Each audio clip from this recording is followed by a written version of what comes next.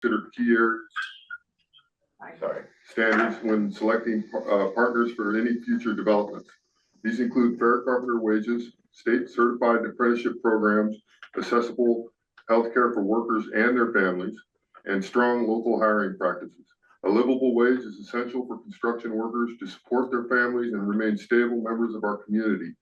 Fair wages reduce strain on public assistance programs and strengthen our local economy. State certified apprenticeship programs ensure the next generation of skilled carpenters by providing real training, career pathways, and a dependable workforce for our future. Access to quality health care is also fundamental. Workers should not have to rely on public assistance in order to stay healthy and productive. Lastly, by encouraging local hiring, reinvest in our own residents, supports economic mobility, and builds a workforce that reflects the diversity of our communities.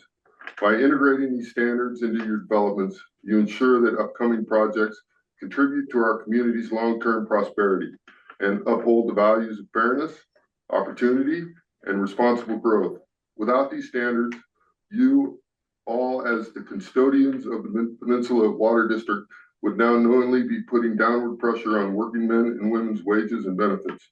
The Carpenter's door is always open for dialogue regarding these important issues and what we bring to the table regarding project completion. Thank you for your time. Appreciate your public comment. Thank you. Yes. Just one or both of you? No. Okay. Great. Thank you. Moving on to agenda item number 3. Vice President, there is someone on Zoom if you want to ask. Remember, there is a member present anybody remotely that would like to make public comment on something not on the agenda. Exactly. Thank you. Hi, yeah, my name is Eleanor Rahm. I'm sorry, I joined the meeting a couple moments late, so I'm not sure when the right time to weigh in. Yeah, I did want to chat with the board about the tree removal at the Exmoor water tanks. Perfect. So this is a public comment where you can go ahead and for items that are on the agenda, just state the comment and we can, consider it as a board. We can't engage in public comment in a conversation about it, but you're free to share it as a public meeting and the board will be made aware. Obviously, we're all here, be aware of it and can respond accordingly. Sure, yeah, just to make sure I understand, do you want me to say it or write it somewhere? If you're not familiar, the way this works in a public sort of government meeting is that we have an item on the agenda that is public comment for items not on the agenda. And just as the gentleman did before us, it's you tell the board what your comments are that you want us to consider. And we can only listen. We can't engage in a dialogue on it. It's the sort of the laws that govern public meetings. And if it's an agendized item, then that's an item that we can actually have also public comment on with respect to the item on the agenda. So if you have comment on an item that's not on the agenda, now's the time to do it. If it's a specific agenda item that you'd like to address, then there will be an opportunity for public comment when we get to that agenda item as well. Okay, sounds good. Thanks so much. I don't believe it's on the agenda. Yeah, so I wanted to talk with you all about the tree removal that happened at the Exmoor tank site. In about November of 2024, the neighborhood was notified that trees at the site would be removed and everyone was told that native trees would be replanted. And the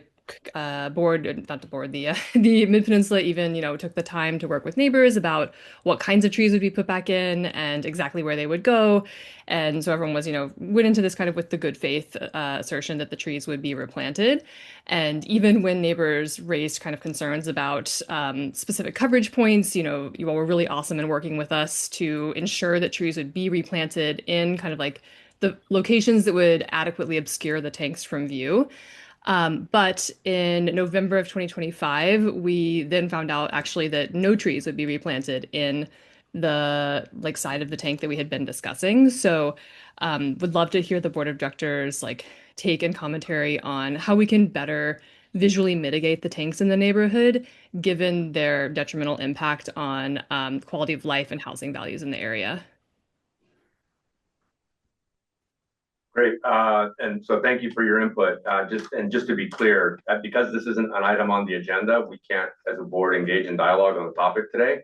Yeah. We can ask staff to sort of bring an item back and we can address this at a future date. But we'll consider that as we go forward in the meeting. Great, thank you. Thank you so much. All right, any other public comments? Because I've flubbed that twice now. No. Thank you. We have so few, used to that not being something that we get stuck on. All right, so on to the item that everybody is here for, is the overview of the 2025 MPWD Water Awareness Poster Contest Program.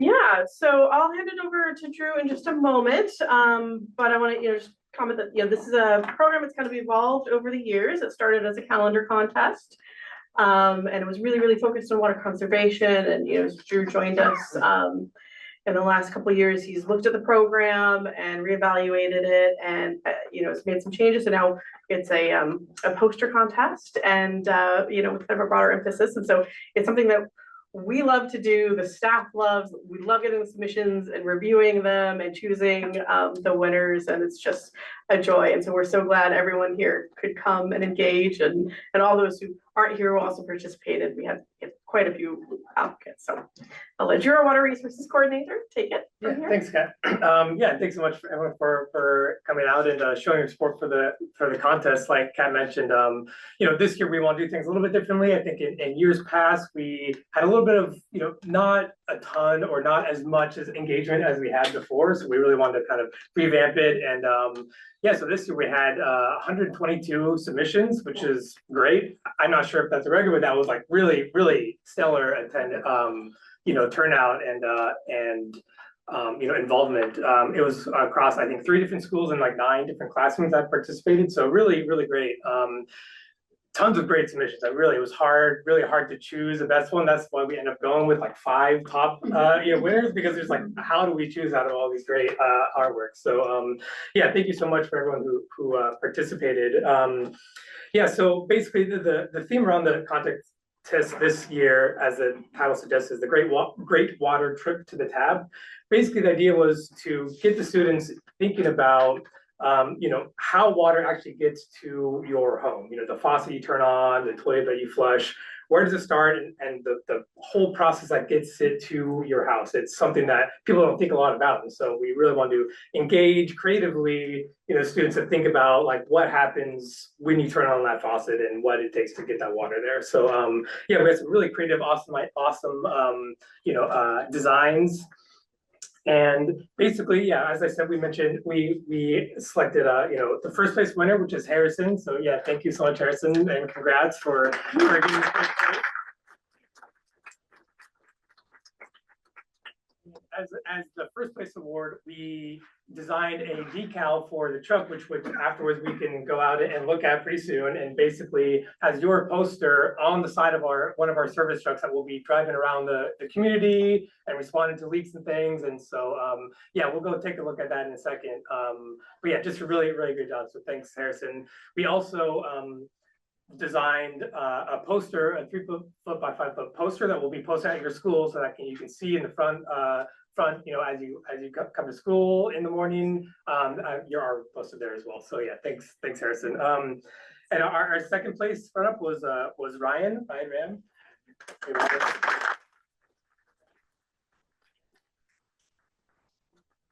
Also, can we pull up the images on just so people on Zoom and folks can see the designs? So that's the truck. Picture of the truck there, and we'll go see it out front in a second. And then there's the poster that we designed that'll be put in front of the school there. If we want to go to Ryan, so here's your poster there that will be designed. Why don't we also get in addition to the posters we'll post at the school, we also designed some smaller posters that you can all take home with you. So Michael is grabbing them right now. So We'll Vanna White them. So here's some of the posts that you can take home with you and Give you one here. So Wonderful winners. These are so good. So we had some really, really great submissions. Thanks. So yeah, thanks, Ryan. You had a great design. So the third place runner-up was Alexa, Belmont Oaks.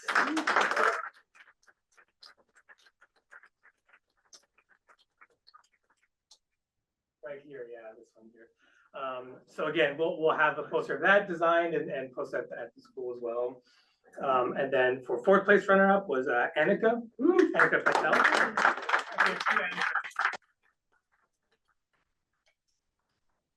And then, yeah. Yes, there's two Annikas, yes, sorry. And then fifth place runner, we had an Annika X. Annika, oh, excuse me, Annika.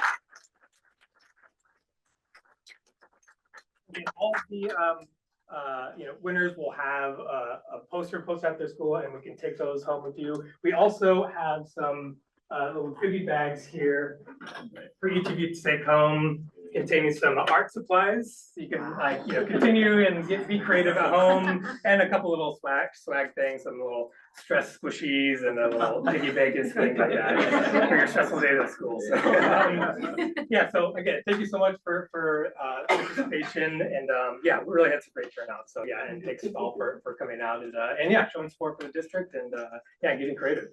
That's great. Yeah. This was actually from the board members. We don't ever really have public showing up to these meetings. So this is our first meeting of the year.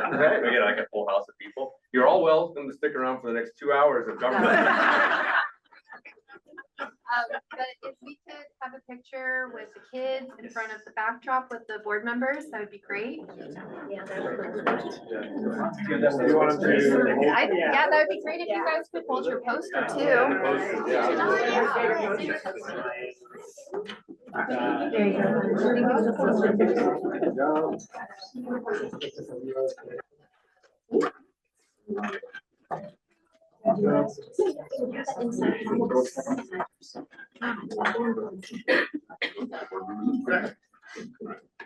gotta get out of the way.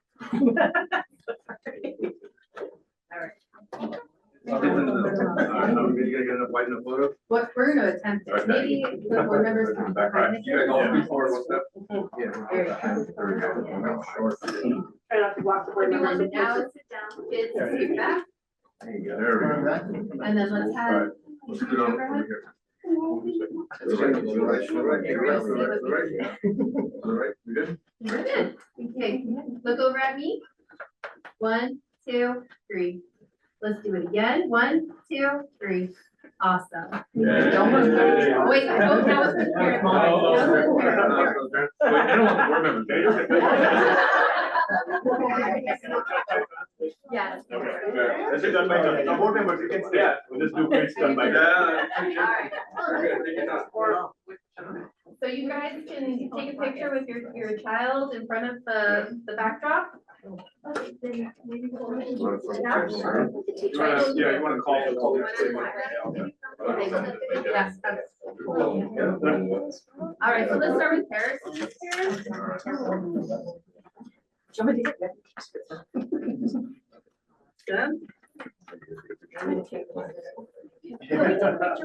Of course, whoever you want in front of your picture, please. There's a pickup truck out front you can take a picture with too. Oh, yeah. Look at that with Okay, me first, we'll go 1, 2, 3. Perfect. All right, this is for your vote. All right. For your camera. There you go. Okay, look at you, Alex. Is there an Alex? Alexa. Alexa.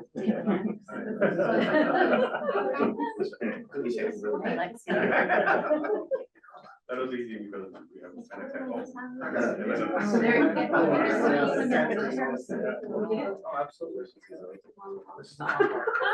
Okay, there we go. Let's get this. Okay. All right, right here. Mine's on school cam, so. Yeah. There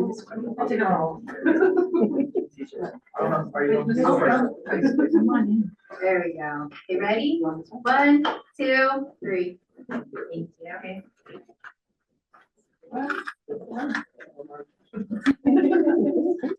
Thank you. Brian? Thank you. Thank you.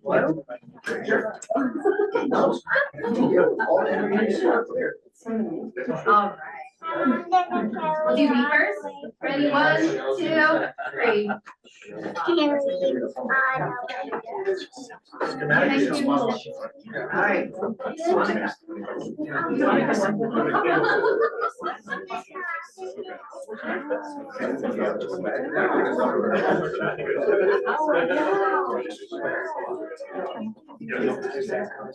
All right. Me first. 1, 2,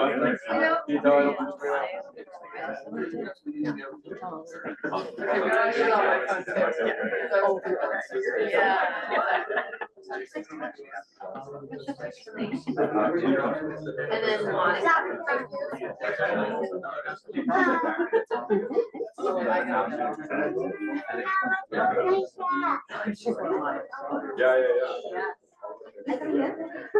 We have one of you. I know, I think it's the on that project. So you know what I mean? One, right. 1, 2, 3.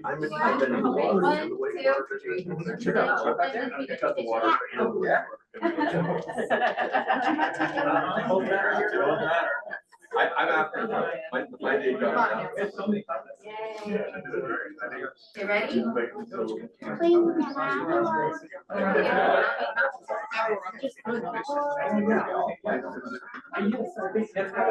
Okay, now ready? 1, 2, 3.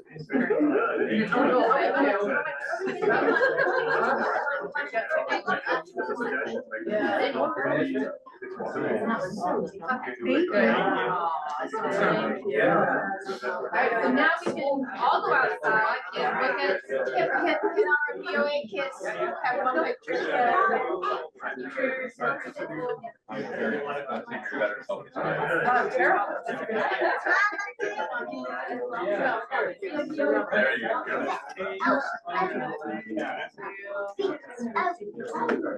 Thank you. All right.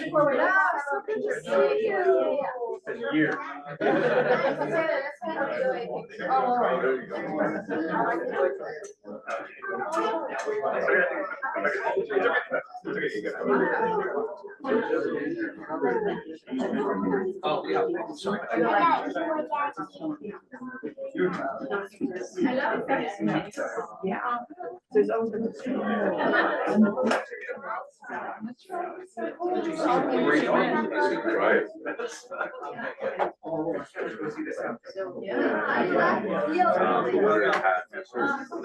Like food. Yeah, I saw it on the truck when I parked. Oh, nice.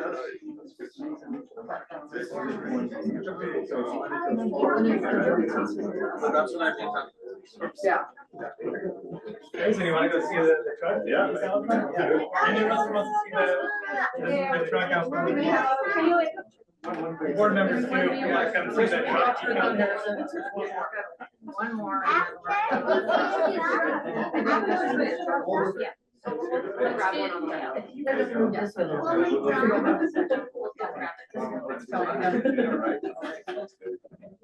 So Kirk is still. Oh, yeah. Is there someone? We were playing a new board member tonight. Oh, tonight, after, like. Well, no, his resignation is effective after. So we're appointing someone that's. Thank you so much.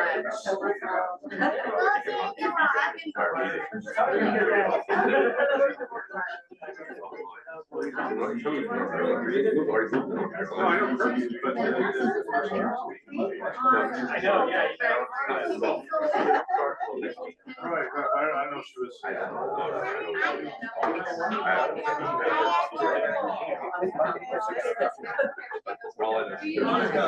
That's the same one I had. Top of the line, right? So you gotta see the. What's your background? I was not on the subject.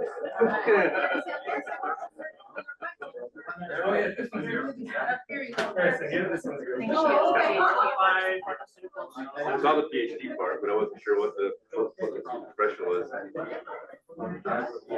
So I don't know if talked to Allison in the last 48 hours, or Dave Gary. No. I think we're still. So I bring you guys on as general counsel. Dave Garrett's been. Oh, yeah. I'll give it a check. Thank you. Got it? Oh, yeah. I think this bucket is for one of my kids. Yeah. Bye, bye, Dan. I promise I'm not running off with myself. Mr. Leo's got it for you. Very nice. Thank you. Oh, yeah, I want to give everyone a chance. Which one do you want? You want You want this snickerdoodle? I don't like me, those are those. It fell apart on me, I'm sorry. That's right. There you go. Ladies, I'd hate to see a cookie go to waste, and I'd hate to see you not get the one you want. Right here, cheers, congratulations. Cheers, girl. No, With your cookie. yeah, there you go.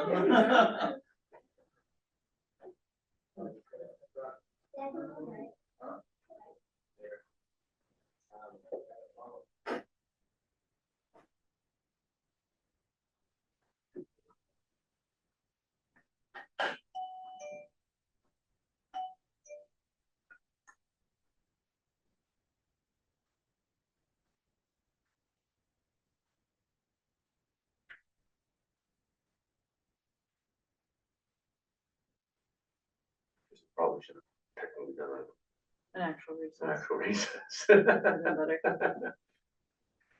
It's okay. Oh, they're all outside. I was like, where did everybody go? They're, Yeah, they're taking they're a picture with the Yes. truck. Yeah, that was Well, pretty we no cool. longer have a quorum in this room, so, I can't exactly do a Yeah. recess. But by default, Yes. It's like a joke, like a start of a joke. You got one attorney, one board member, and one One engineer. engineer. They walk into a room.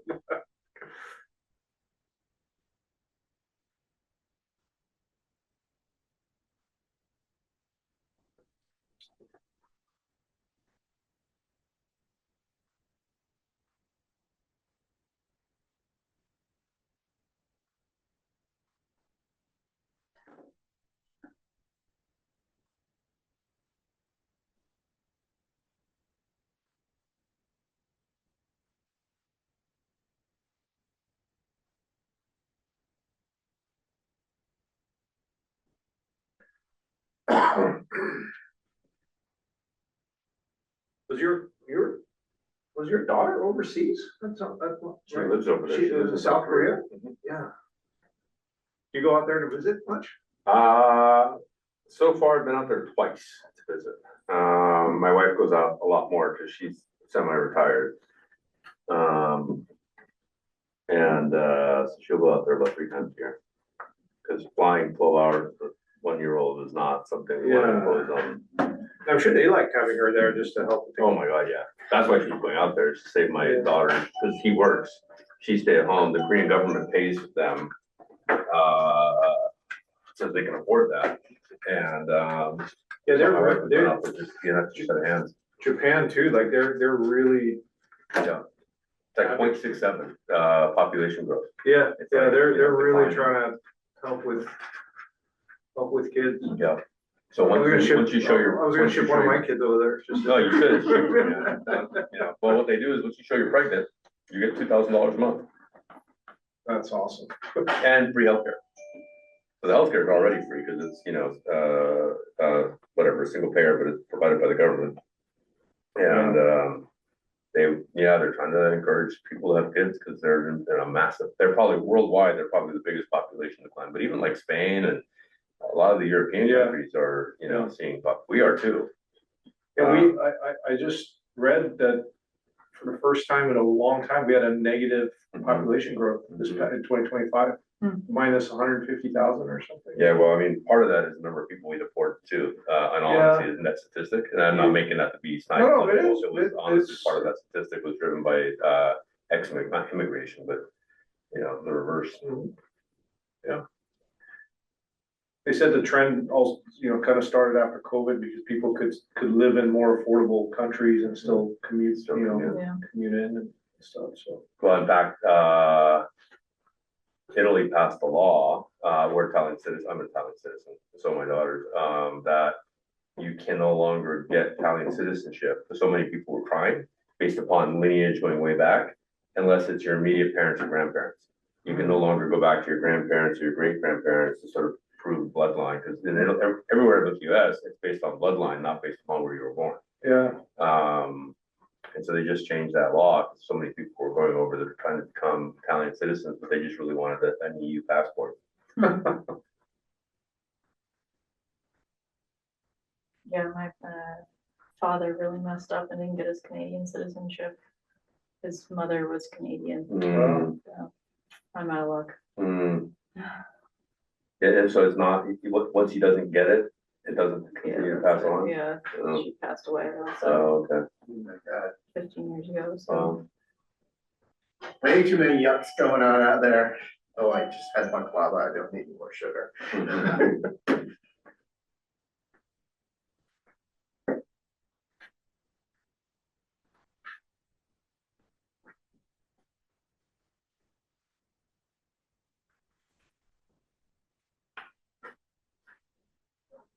How old are your kids now? 28, 26. Way up, in fact, well, Diane Allen, her kids are my daughters, my kids' age.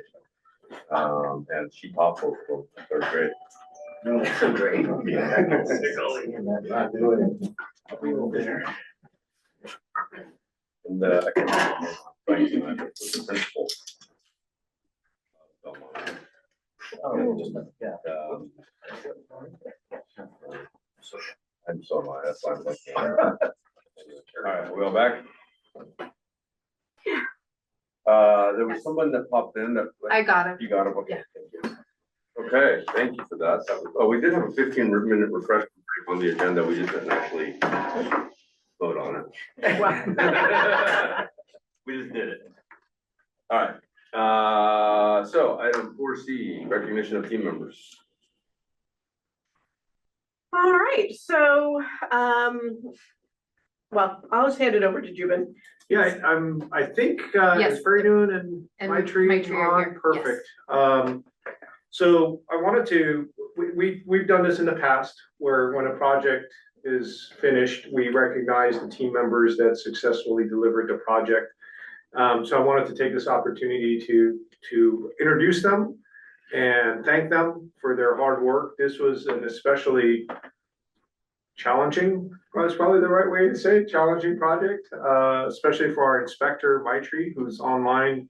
So the project team consisted of Michael, who supported the project on the district side, district operations side, making sure that all the resources were available from district staff from reviewing the plans during design all the way to when the project was being built, coordinating with the contractor for all the interties and customer notifications and all the things that go into delivering a successful project on the operations side. On the construction management and inspection side, Fairdoon, Jahanyan Farsi, who's online, was the project manager. He led the project all the way through design, through construction, which is something that we typically do. We have the project manager goes from design to construction. They have a lot of institutional knowledge, so it helps kind of guide that through. And then our inspector on the project, Maitri, was out there every day with the contractor and working with the contractor, working with the residents, and making sure that the project was built successfully. I think I mentioned this last month when I was here, maybe it was a couple of months ago, but on later on agenda, you have the final change order numbers. It's 1.3% change order for non-owner initiated change order. This is stuff that, unforeseen stuff that comes up.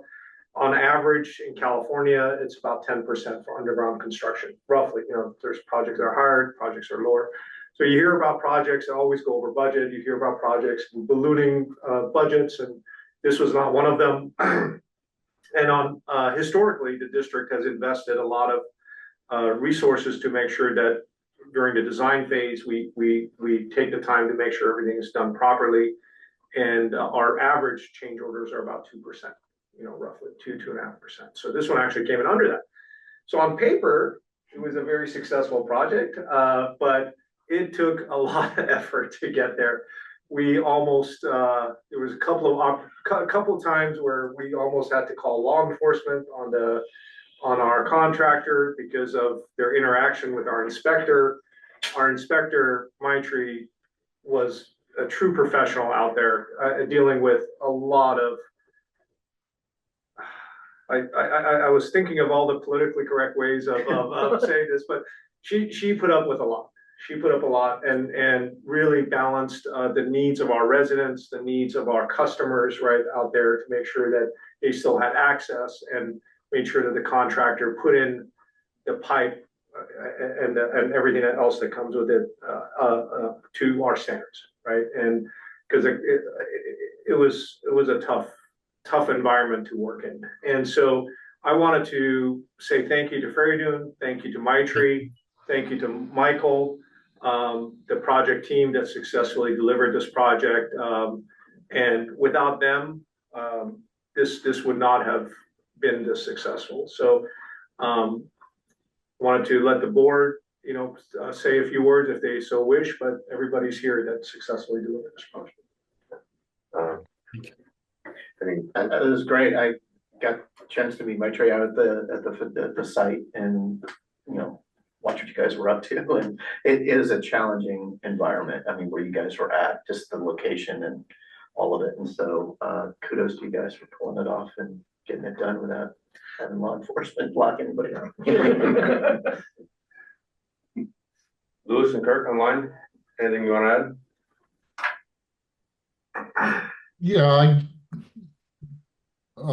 half of the project was in my district and in my walking path, and I got to see a lot more of the construction going on.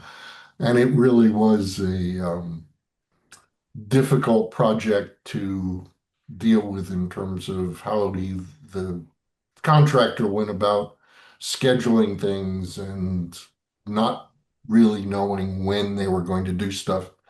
So I want to compliment them, the crew that are there, for dealing with not just the neighbors and the customers, but the construction people who are trying to direct traffic and get the work done. Yeah, can you guys hear me okay?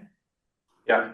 All right, cool. Yeah, I mean, bringing any project with such a low, change order is a feat in itself. So we've all been, involved with several construction projects, including and especially, underground construction, and they are not easy. And the diligence and the watchful eye of the crews, speaks for itself. So congratulations to the entire team. You worked as a team, and when we do so, we can bring these projects to fruition in probably the best way. Because after all, and I've said this a million times, it is not our money after all. It's our taxpayers and our clients' money that we are savings. And kudos to every single person who was involved in this project. Well done. Good job. Thank you. Yeah, besides ditto from everybody else, I'll add, having also been out there with contractors that would rather just scream at you than talk to you. It's never fun. It's always hard to keep your cool. However, I'll also say that having worked at cities, I have managed to also ban contractors from working with my cities in the past based upon contractor behavior. So something I'll toss out to the GM and district engineer is, We're working on that. What are the criteria that what are we willing to allow, and what kind of a workplace do we have to have for employees? We're working on that. Perfect, thank you. That's all I wanted to say. We got your back. What I'm trying to say. That's more. Yeah, please. Briefly add, this project was quite the journey. We went through a lot. Certainly those in the field, and Maitri and Ferry Dune in particular went through the most. But there were times they had a lot of questions. Times I was just straight surprised, decidedly unhappy. But knowing the team we have and how wonderfully professional and responsible and diligent they are, I was never worried. just had to work through the issues together. So I thank everyone. And I'm very, very grateful that we have such a wonderful, strong team to work with here. Yeah, I'll just round it out and say thank you. We can't always predict or control the situations we're put in, but we can own our own response. And everything I've heard about this project and this team has just been commendable and professional, and just a really wonderfully done job. So thank you. And I should have probably, and I apologize for this before I turned it over to the board, see if Faridun and Maitri wanted to just say a few words. I figured that's when they turn their cameras on. Yeah. Bad district engineer. So Faridun, did you want to say any words? I actually first hello everyone. Sorry, I didn't have a chance to say hi, but I think we should also thank the board to trust us, especially what Kat said, really touching. So I trust you guys. I'm not worried when you guys out there. I appreciate that. That means a lot. But I mean, every project has its own up and down. This one was a little challenging, but we learned a lot from it. So after the project, we actually had a lesson learned. We had a list of the stuff. We actually go through our spec and kind of tweak some stuff based on that. I mean, it was challenging, but it was done. And again, thank you, everyone. Thanks, Maitri. I should have thanks Maitri too. She was out there every day dealing with the contractor and the whole crew that we called. Every time we called them, any problem we had, they were right there with the detector, finding the meters, finding where our pipe are. Should have thanks everyone. So it wasn't just us; it was the whole team that got the project done. And thank you for giving us that opportunity. Appreciate it. Maitri, do you want to say a few words? I'm just thank you, and I'm happy this project is completed. So that's all. No one is happier than Maitri. Thank you. I want to just close this out by saying that none of this is possible without board support. And you trusting the general manager and the district engineer, and there's a lot of boards out there that try to really be focused on the bottom line and the cost, and the connection between spending money a little bit ahead of time really translates to a lower cost in construction. There's a direct correlation there. And just the trust and the trust that you put in us as staff is really appreciated. It's really a team effort, from all the way from the top to all of us and the personnel in the field. So thank you. I wanted to just close with that. Appreciate it. Very good. Thank you, guys. Feel free to hang out if you want for another 2.5 hours. We'll have to kick you out of closed session if we go to that, but No, that's why we have you there, Julie. So thank you. Thank you. Bye. Thanks, everyone. Nice seeing everyone. Good. Have a good night. Consent agenda. Any comments, questions, or motion? I'll make a motion to confirm or to approve. Sorry. A second. I think we do roll call votes nowadays, I Yeah. think, especially with the hybrid. Director Cotton, Yes. Director Covington, Yes. President Zuka. Yes. President and vice I'm president. Vice President, sorry. Just got promoted. I know you did, sorry. Director Wheeler Yes. and President Vella. Yes. Thank you. Very good. Nothing on hearings and appeals. Item 7A, capital improvement program. Right. Hey, everybody. Hey.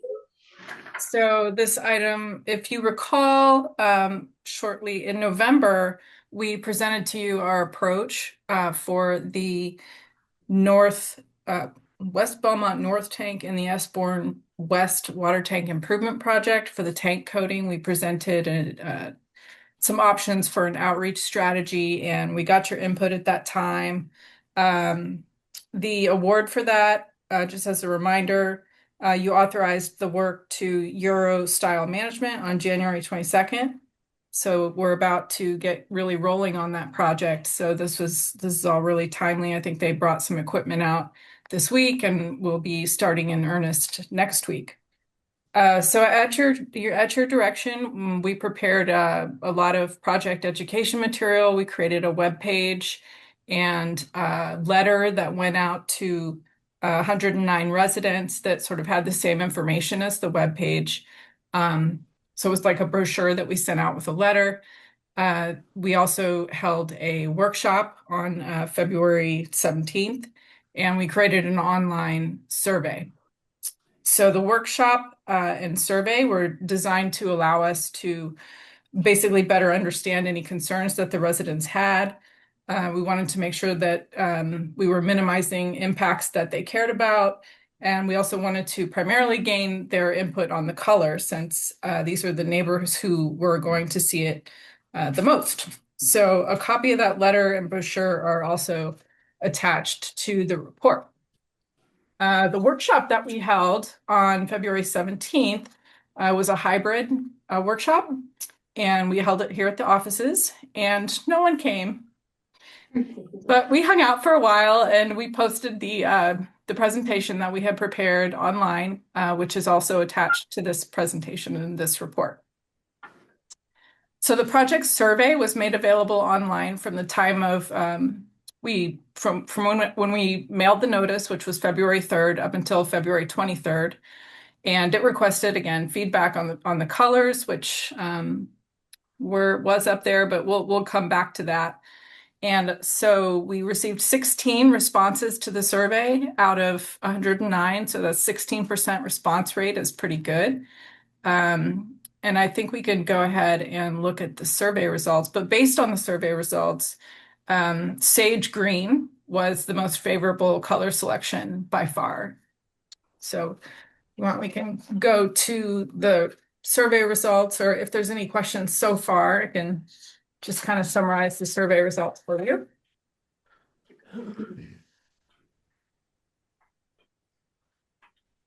Thanks, Allison. A lot of slides there, a lot of information to look at.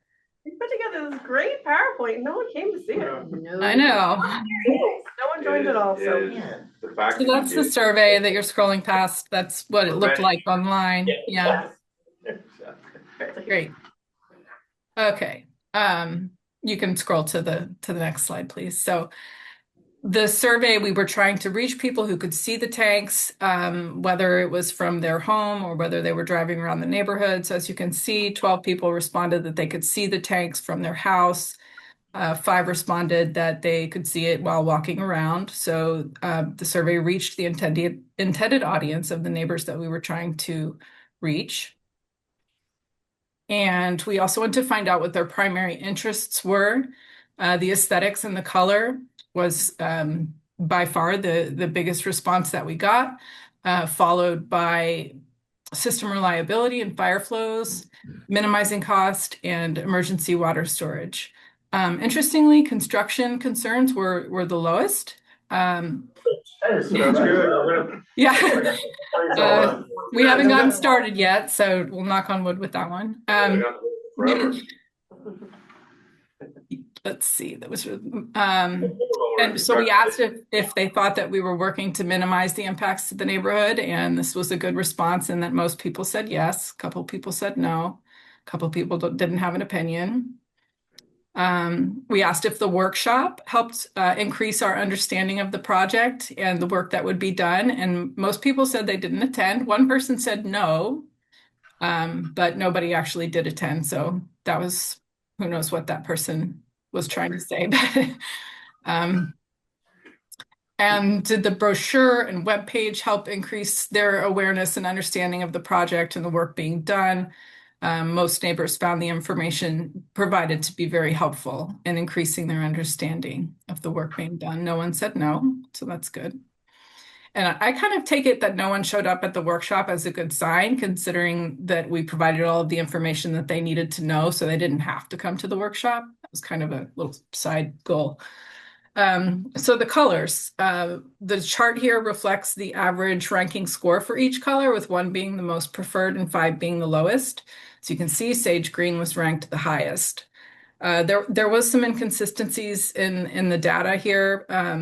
For example, the default rating where people could move the colors in to place them in order of their preference.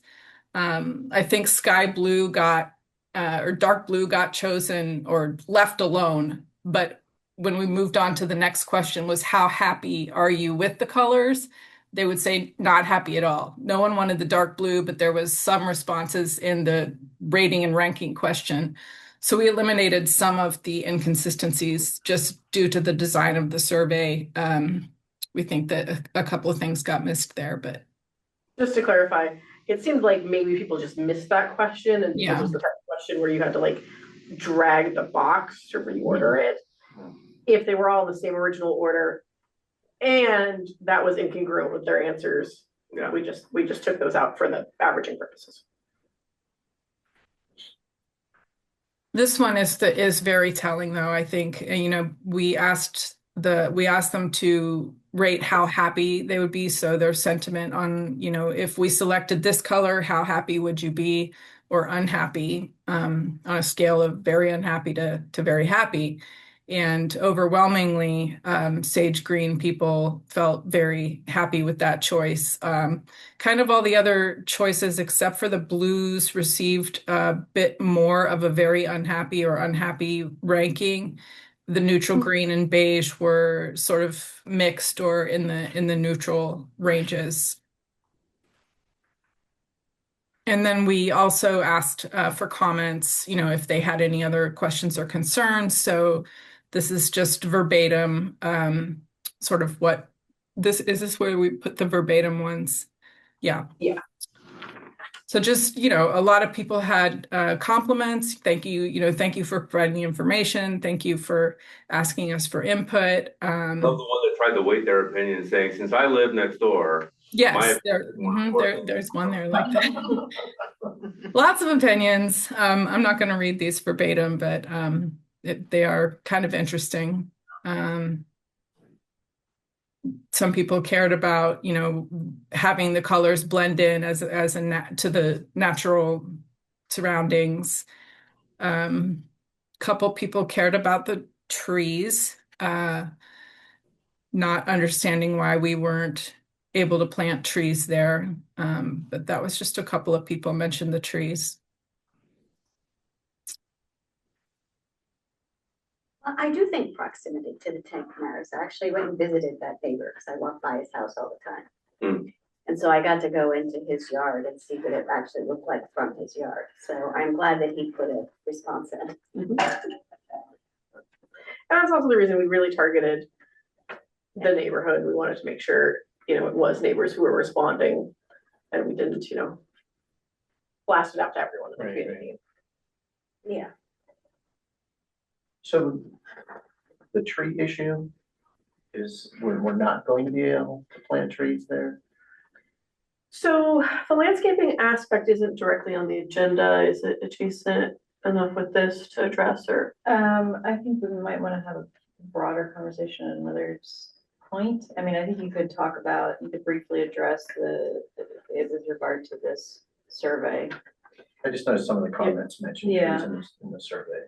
Yeah, I mean, and we've shared with the board in the past a bit about the situation.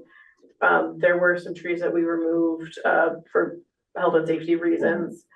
And at the time we removed them, we assumed we'd be able to put trees back in the similar places as we moved along and really assess the situation. Unfortunately, the area where some of these residents who are very vocal about this really want the trees, it's just not feasible because of site conditions. And so we've replaced, so the city, when you take out a tree, the city requires you to put two back.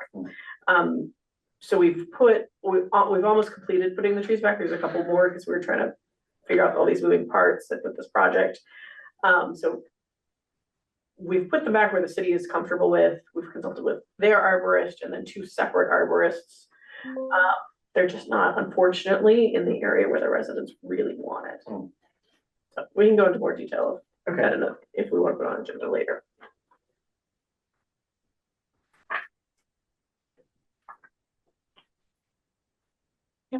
So looks like we'll be painting the tanks sage green. I'm getting going with that fairly soon. Any other questions about the outreach we did or Yeah, I project? have a couple of quick questions, Mhm. Sarah, if I may. Um, did I hear you say that you reached out to about 109 people and basically only 17 participated in all of this exercise? Is that correct? Yes. Okay. We sent the mailers to 109 homes. Mhm. I thought it was a high turnout for something like this. 16%. So the 109, they are just in the area, or they actually do have some kind of visibility towards the tank, whether it's partial or Sure. not. Yeah, it was designed for anyone within a 300-foot radius of the tanks. And then we also had Michael's crews drive around and see if there were any other areas sort of in the vicinity they could see the tanks outside of our normal 300-foot range. So So, so is it safe to say that many of those that were contacted, of the 109, many of them just they don't have any visual to the tank at all? We tried to err on including extra homes. We thought maybe would see them, but without going too crazy. More than just the radius. It's like, okay, the radius and okay, this street seems to have a good line of sight, so we included them. Okay. All right. And when we do like or when we organize like a workshop, do we try to get some kind of a confirmation if somebody is going to attend or not, or we just show up and if people come, they come. If they don't, we just twiddle our thumbs and do nothing. we didn't require an RSVP, but we did put, if you would like to RSVP, we listed an email that they could get in touch with us and let us know that they were coming, but it wasn't a requirement. Yeah, it may not be a bad idea to require an RSVP because somebody obviously has to prepare. Somebody has to be ready for these people, and knowing that maybe 10 may show up or nobody may show up. And not knowing, it's like, there's something missing there.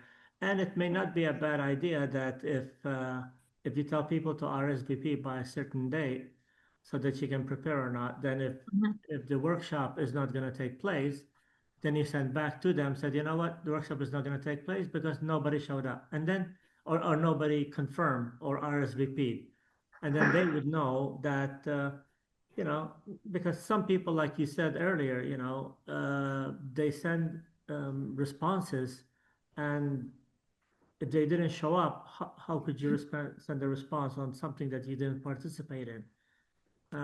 So that's all. And I was wondering also one last thing for the general manager, if we could keep track of the outreach is always good. It's always good because it gives us obviously a huge how shall I say, it's a huge advantage over dealing with issues later on. So I'm hugely in favor of the outreach, but there is a cost associated to that. And I was wondering if you guys could, track the time and the efforts and how much it costs, because that's all also part of the total cost of the project. That's it. Okay. I have a quick comment. Louis, we've worked together for 20 years, so I can hopefully with due respect, I would say I disagree with you a little bit on perhaps canceling the outreach. If there's no RSVP, I think there is some value to moving ahead with the presentation or the workshop, I should say, canceling the workshop, because it does. We don't want to look like we're adding any obstacles if someone just wants to that afternoon have the time to kind of show up. And it also adds to, I think you said this at the end, which I absolutely agree with you, that even holding a workshop and doing the outreach, even if no one's listening, it's not it's not money wasted. It shows that we care about our customers and we're providing that information. But you know, I've been involved with other projects and these kind of workshops where I've had 10 people show up, 100 people show up, or nobody show up. And just having the workshop during construction, pointing back and saying, we had this workshop, we had this opportunity, we went out and polled the customers. As a guy that's gonna be, you know, out there, or our team is gonna be out there, it really helps me as the construction manager and your district engineer to know that I have that in my pocket to be able to, I don't know if that's not the right word, but have that available for customers if they ask a question. That's. And I will say we debated doing RSVPs or not, but the reality is everyone's so busy. I'm the same way. Like I'll RSVP and say I intend to do something, but life happens and you don't go, or you just kind of put it tentatively on the calendar and but you don't want to commit because you don't know if you're going to be able to go, and then you do go. So at some point, then it's just one more thing to manage all these RSVPs, which may or may not mean anything. So you know, and it because, you know, to June's point, I don't know that it would be a great look or decision to cancel a workshop on RSVPs. Like we held it, we even debated just sitting here and talking to ourselves and recording it. But we decided it was late and we'll just share the PowerPoint rather than recording us talking to ourselves. But certainly we're here to answer questions if folks do have questions later. If you could carry that off with a straight face, that would have been fun. And then it becomes a webinar. There you go. Yeah. So do I understand correctly that the PowerPoint's up on the website? The PowerPoint that was intended for the presentation was up, it is up on the website. And then of course, this whole thing is up in the board packet, including the survey results. So if you have questions, you can point in that direction. I think this is excellent. Sorry, Matt. I just want to say that I'm very happy that it's so obvious what the color choice is. Yeah. I'm gonna say that's an outlier in terms of results in my experience, but yes, I'm happy to. They normally look like that and you gotta pick. Yeah. Well, that's why we kind of designed it this way, like rather than just like pick your top or rank it. It's like a forced ranking, you know? Yeah, well, and because, you know, I was prepared, like, you might get like, you know, kind of mixed average results and that's the top rank, but you look at like one color is like really split, really polarizing, and another one's generally happy. You know, we would lean towards the one that's generally happy, but this was pretty clear. So. It's a great result. What it tells me is no one wants to see the tank. Basically, make it as you know, obscure as possible and as invisible. Either way. I just visited that site. It's very hard to make it invisible. As we said, I mean, as we heard by our second public comment in probably 5 years. In terms of the public outreach side, I mean, my take on this is that we want to do the right level of outreach so that when the public decides to pay attention, it's clear we did the right thing. When they decide to pay attention may not be when we want them to pay attention, but they might pay attention in the middle of construction, like you said, or they might pay attention when we don't put trees up. And how did I not know? And then we got to point them back to the process that they missed, right? So it's when they pay attention, did we do the right thing? Again, getting that, I've done, when I was at San Mateo, the most controversial project, you guys have probably heard about it, is the Humboldt Street bike lanes in North Central San Mateo. We had tons of public meetings. Everybody that showed up was all in favor of it. Why? Because the only people that were showing up were bike advocates. No one from the community was actually showing up. But then we started putting signs out there that said, this parking space is going to go away with this project's construction. Here's a QR code. And then all of a sudden the people, because they didn't care about the pro, they cared about the con. And then it went in and it's still being debated and fought over. So public outreach is not easy. At least you have air cover with what you guys do. So it's very much appreciated. It's definitely the right thing to do. And this is a pattern we've been following a bit. We did it very much for the folder outreach with the same, you know, put together a detailed brochure, give that to everyone, put the same information on the website. Hopefully answer everyone's questions ahead of time. Everyone's busy. I'd rather read a brochure than come to a workshop if I can.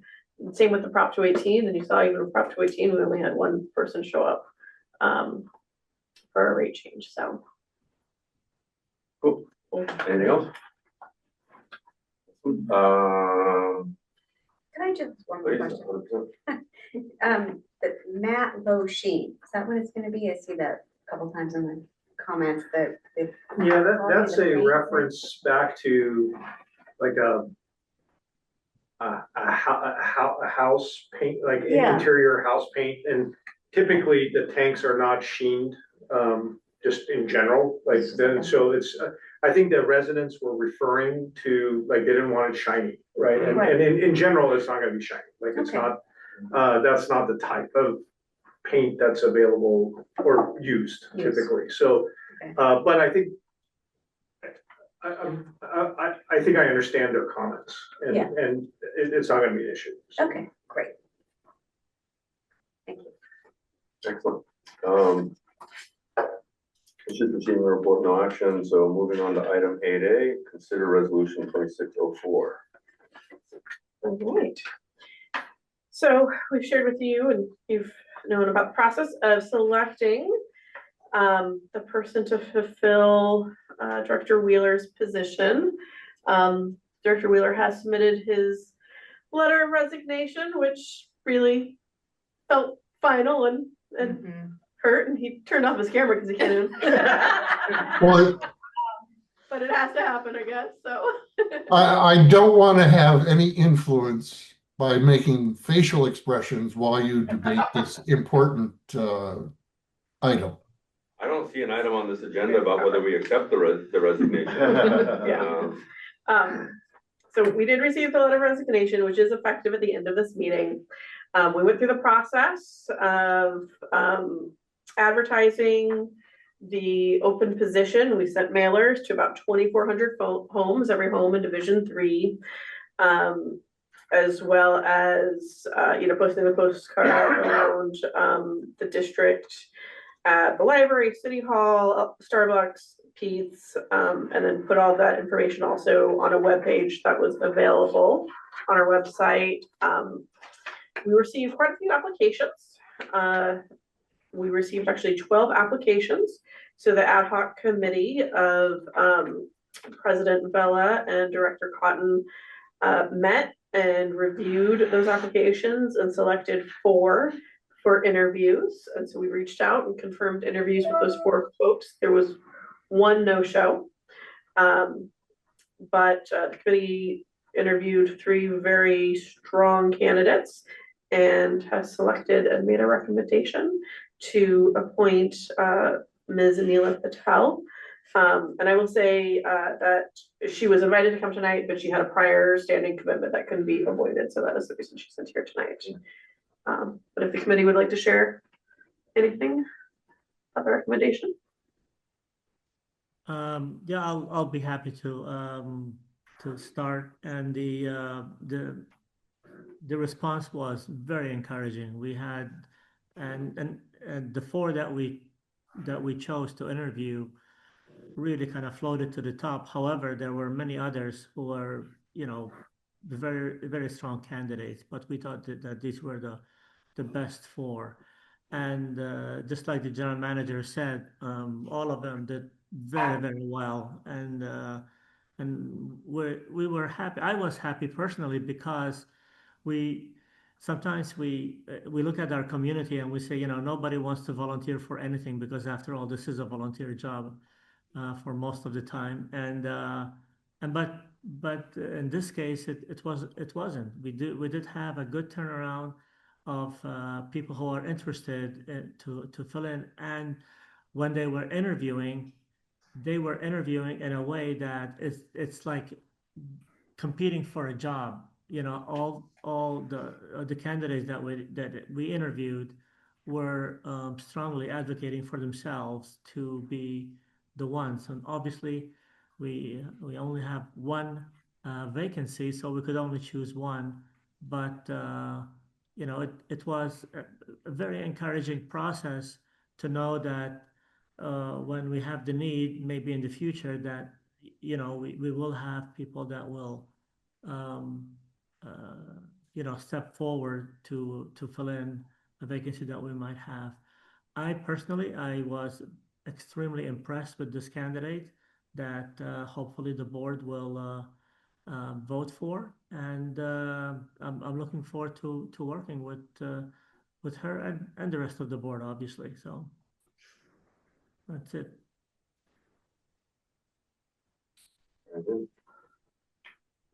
Yeah, it was a very positive process. I enjoyed meeting all the candidates that were in it.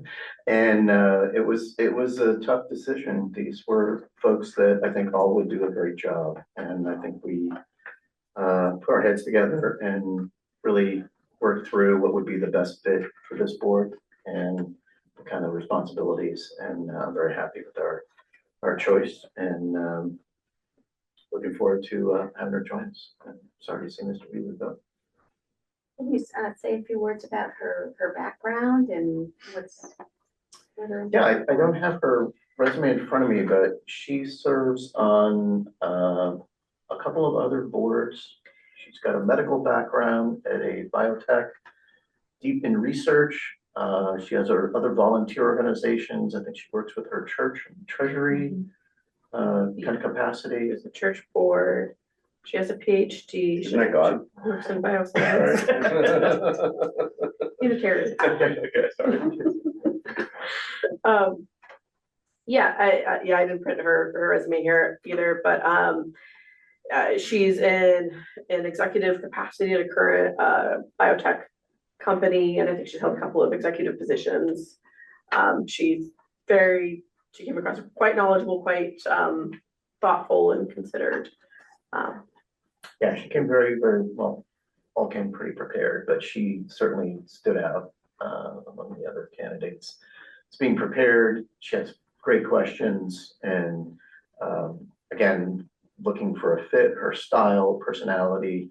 You can tell she's thinking through her answers, and it was really great to see somebody interested in joining this organization in that capacity, and wanting to do this for the right reasons, and no agendas or what have you. And she's at a phase in her life, and I'm sure next month's meeting she'll be able to tell us a lot more why she's excited to be here. But she again answered all of our questions, above and beyond. And so it was a tough call, but I think we eventually came to the conclusion that this is the best fit.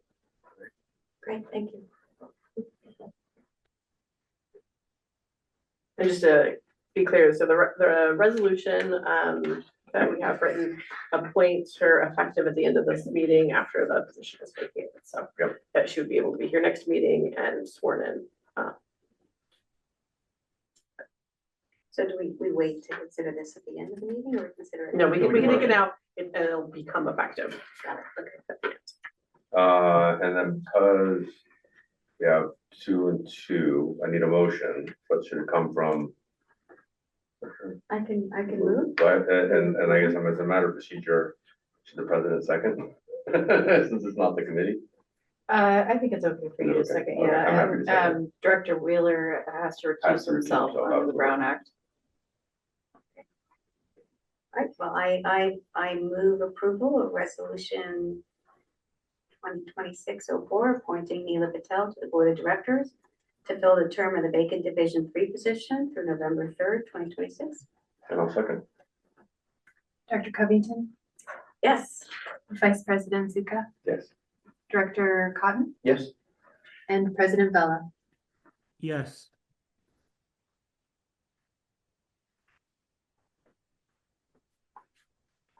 So the question is, does Kurt come back online now? Legally, yes.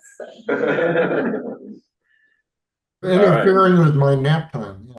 Yeah, you didn't hear any of that, right, Kurt? Pretty late over there. Well, it's later in Malta. Yeah, Malta's almost morning. Yeah. Lewis is harder core than I am. Yeah. Item 8B, considering resolution 2026-05 for Sons of God and IT consultant.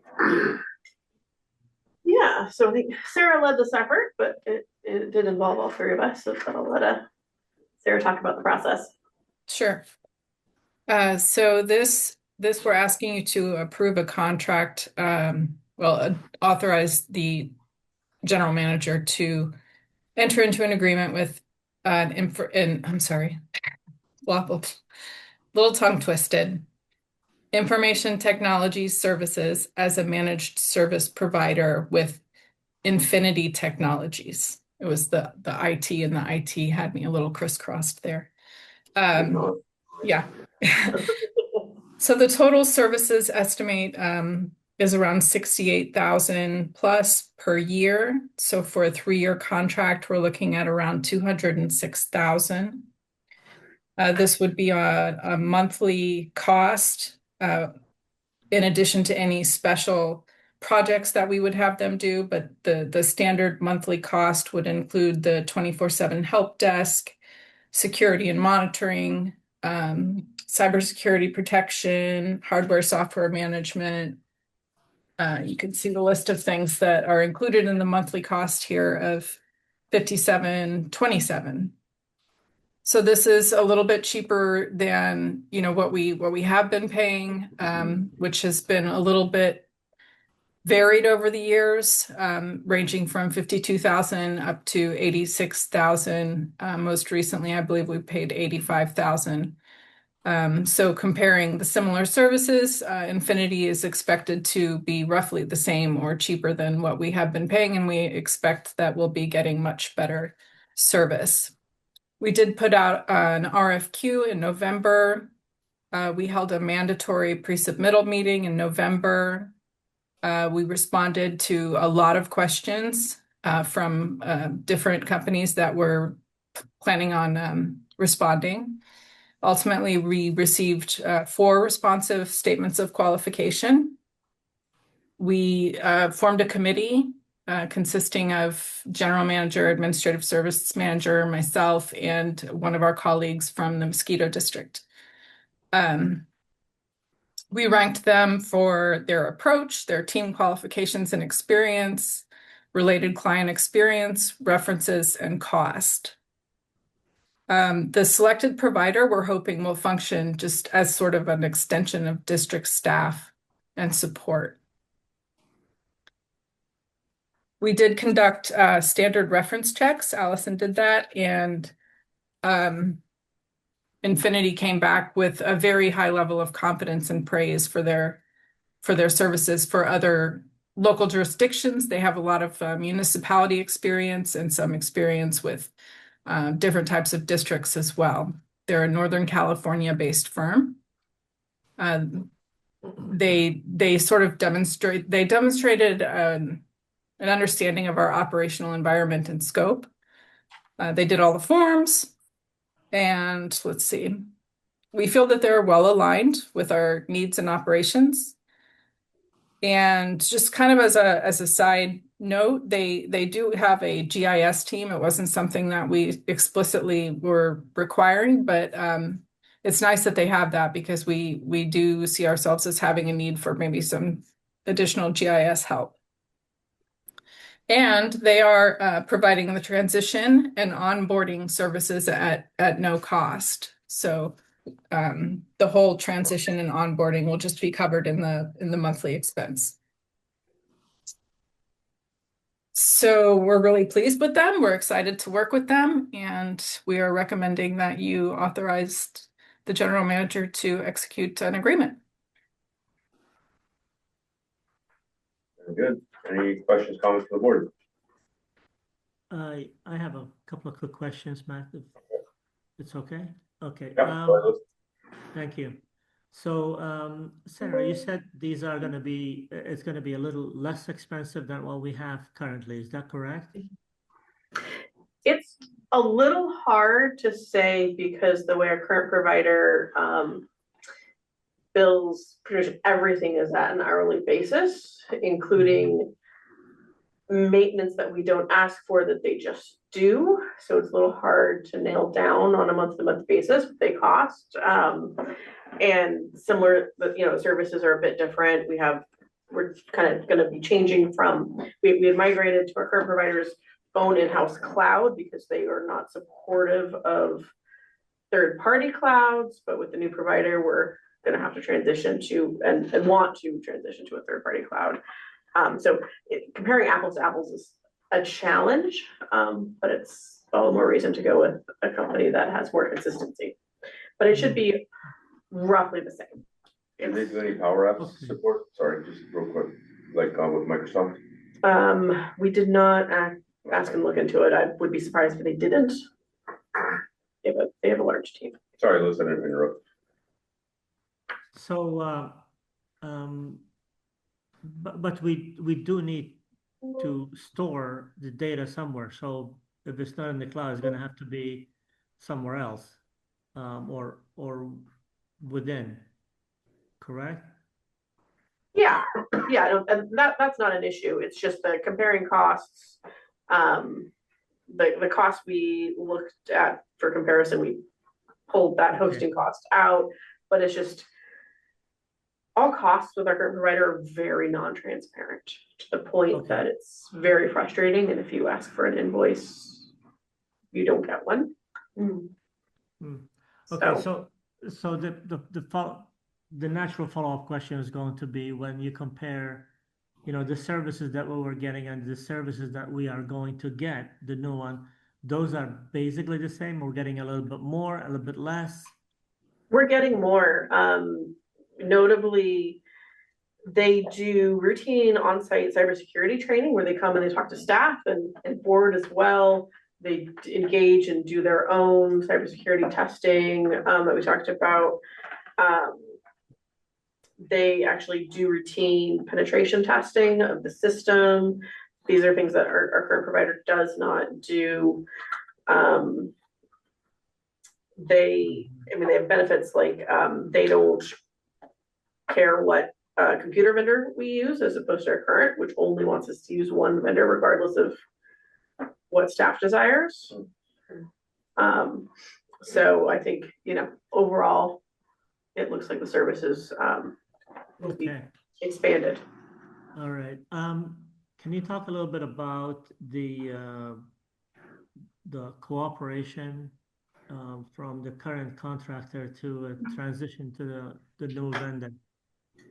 We have not notified the current provider yet, and we are talking internally and with the new provider as well as Hans and Bridget on best approaches so that we're positioned as strongly as we can for a smooth transition.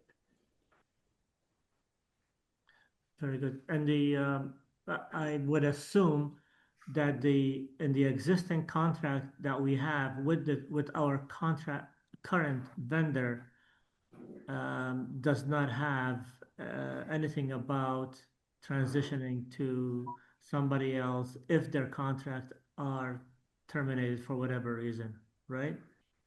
Yeah, it wasn't detailed.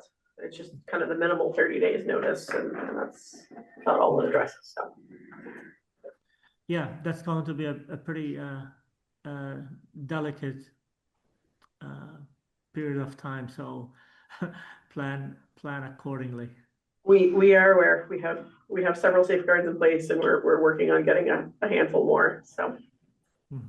One other thing I wanted to mention is that this company, Infinity Technologies, has experience specifically transitioning from the same provider that we're currently using. So they've helped other districts transition from our current provider to Infinity. So they've gone through this before with them. And yet they still did not give a cost for the transition. Yeah, and they still want to do it, so that's good. Correct. All right. Yeah. Well, that's good information. And then I don't want to say too much, but it sounds encouraging. So that's good. That's good.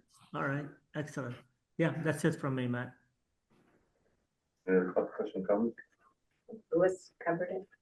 Yeah, thanks guys for doing due diligence on this. This is always a delicate transition, and choosing the wrong vendor is a nightmare. And I'm very happy with who we're going here from what you guys have brought forth, and the fact they work with a lot of other agencies really helps kind of bolster their case. So. Really, their primary. They were actually a part of a larger consulting firm doing the IT portion, and they broke off from that. I think the other, they like with private equity, but they broke off at that point where that company had a lot of changes, and they've kind of really focused their practice on public agencies. Yeah, good job. All right, I need a motion and a second to approve this resolution. I will so move. Second. Okay, we got a motion and a second. Allison? Director Covington, Yes. Director Cotton, Yes. Vice President Zuko. Yes. Director Wheeler, Yes. President Villa, Yes. Okay, carried, awesome. Moving on to 8C, receive mid-year review of the capital, of the operating and capital budgets. Well, Nice. hello, everyone. How's So say again? Palm Springs? Yeah, it's Palm Springs is hot. It's 92 degrees. I think it actually got to 95 degrees today. So yeah, definitely not paradise in the valley this week. So here we have the mid-year budget. Staff has met over the past 3 or 4 weeks to discuss our the current year results as compared basically we looked at transactions through January 31st and compared it to what we expected. And we have a series of adjustments, which is typical for an organization this size. You know, not everything happens at the pace that we want it to happen, right?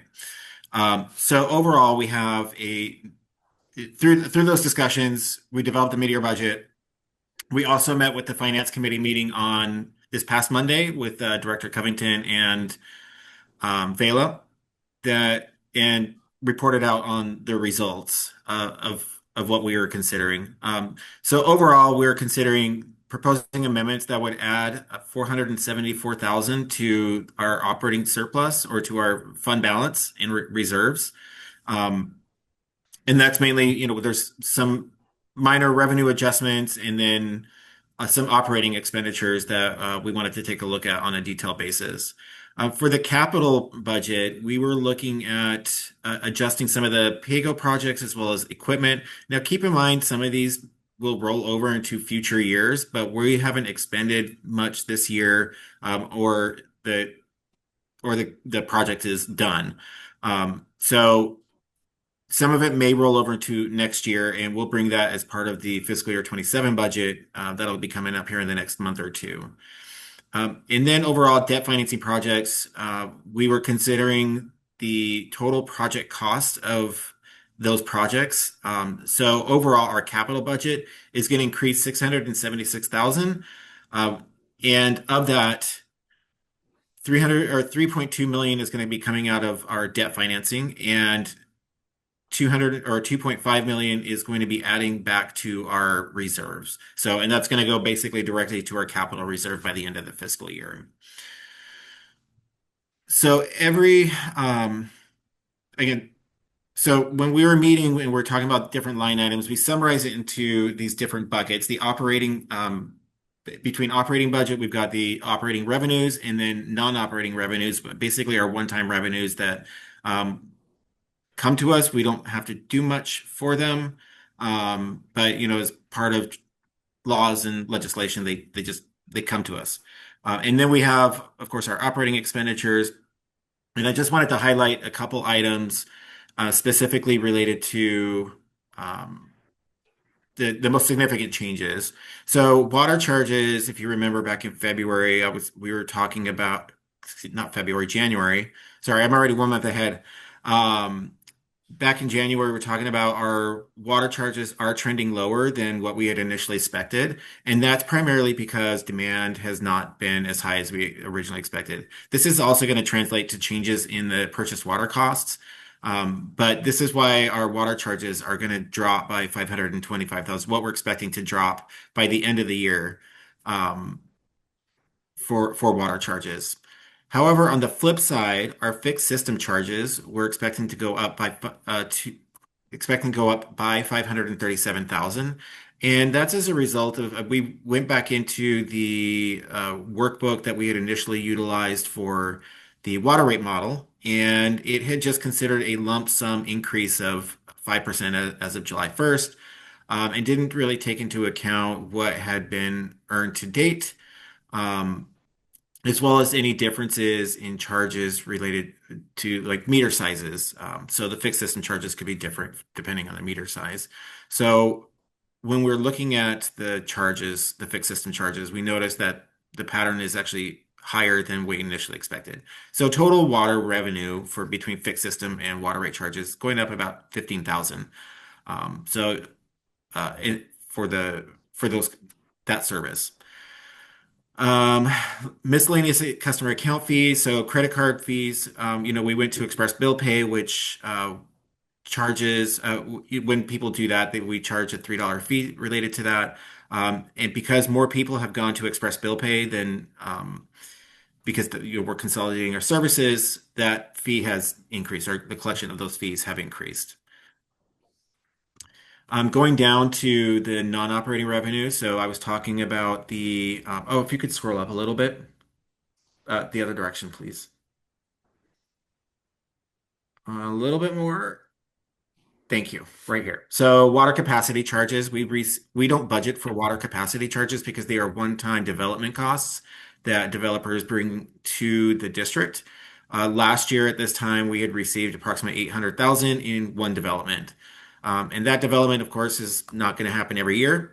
This year in August, I believe it was, we had received a payment for 196,000 for a development that's going within the district boundaries.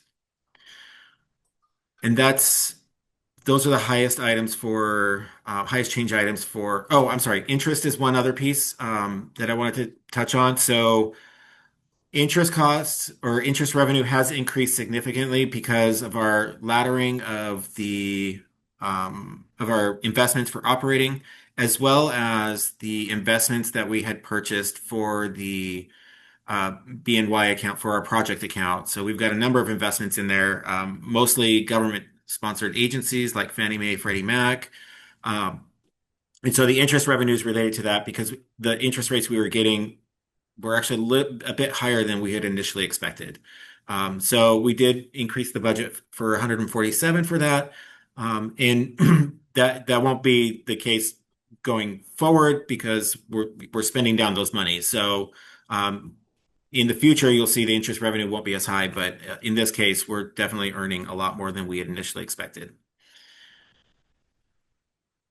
Total operating expenditures, so approximately 105,000 that we're decreasing. A significant piece is related to payroll taxes, and that is it should be not just payroll taxes, but also benefits. So when we put together the budget for the fiscal year, we had initially considered a 15% increase in our healthcare costs, just to be conservative. That increase turned out to be about a little over 7%. So, we had significant savings related to that. The other piece is for workers' comp. We haven't had any significant claims that would affect our workers' comp insurance in the upward direction.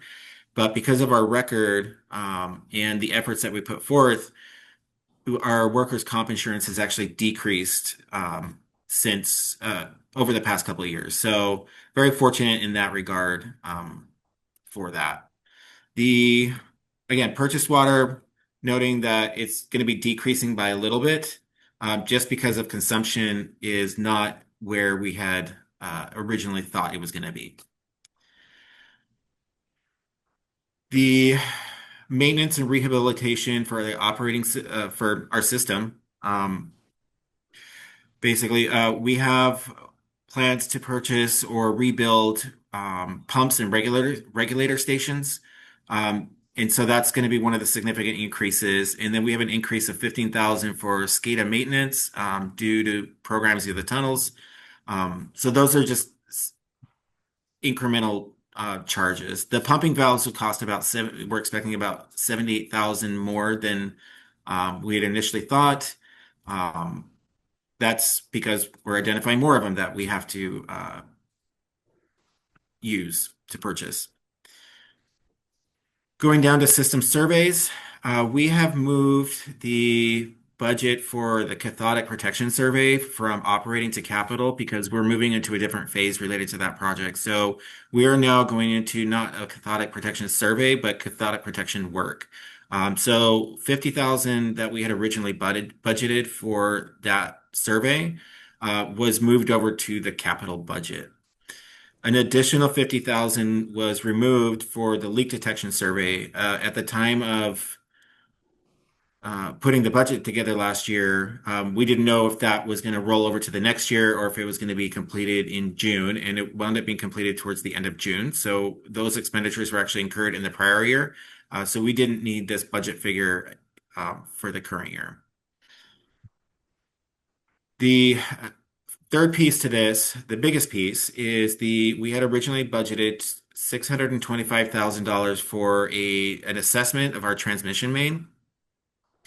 And when pricing it out, it's turning out that's going to be about $125,000 less. So we are now revising that budget down to be a $500,000 project or assessment. And that's the most significant change related to that account. And then we had some minor adjustments to other accounts, including professional services of $67,000 decrease, mainly because we've got management consultant. We did decrease on-call services due to we don't have as much actual demand. So we did decrease that just a little bit. And then decrease of 25,000 in miscellaneous because we just don't have the needs to use that account.